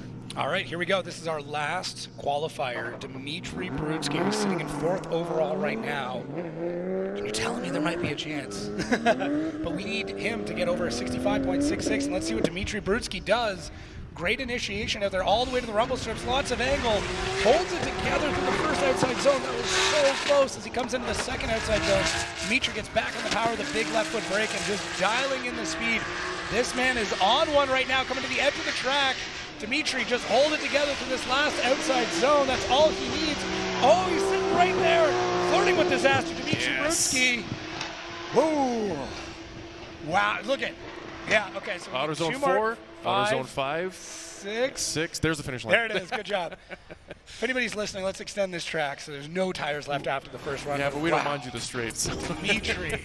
There it is. Very good run. I like the snappy initiation, getting close to the interclip one there, filling Outer Zone nice and deep. Good transition there, setting himself into that perfect arc into Outer Zone 2 here. A little left foot braking as he goes completing that Outer Zone 2 even further. Good snappy transition here as he gets into Outer Zone 3 and holds that line, Jacob. It was so good, and the car was just dialed in, and this is why he's sitting in 4th place in the series so far. So here we go. Look at that. I was like, I don't know if you heard it or not, but I gasped. I gasped.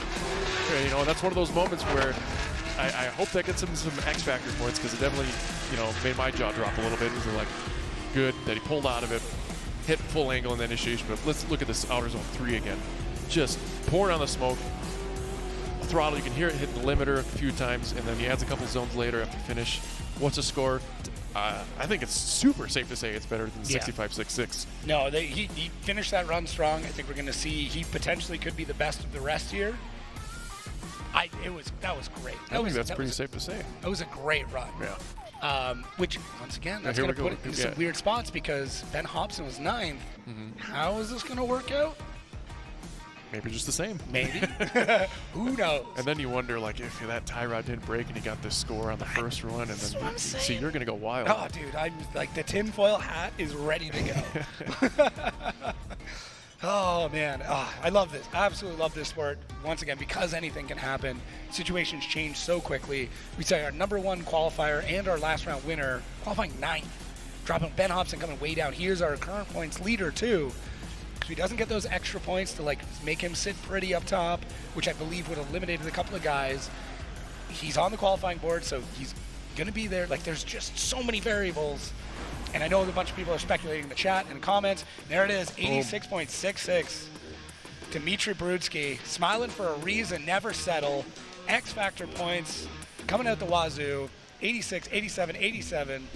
Yeah, great job. That would have been, even besides the best of the rest, that would have been the #1. So amazing. Bananas. So let's take a look here at our qualifiers. And I'm going to be speaking to, and this is the unofficial bracket right now, but this is interesting. Andy and Jaden, top 32. Even Kelsey Margaritas, there's so many good battles in here. This is I'm so excited. So excited. We're looking Ben Hobson, Ryan O'Connor. Be interesting. Farouk, Trevor Root, there's so many good battles in there. Yeah, that's going to be fun. That's going to be a real good wrap up to the season here in the ProSpec Link Engine Management Championship. Once again, my name is Jacob Gettens. Or Mr. Sopa. Matt Sopa. Call me Matt. Just call me Matt. We're going to be back here at 3:45 MST for pro qualifying. Dude, this was great. I'm glad we're not going to be back, but yeah, this is fun. we go back to our day jobs. You go back to the line, I go back to the podcast. But thank you, everybody, and we'll see you soon. Enjoy, and we'll see you here back in Utah.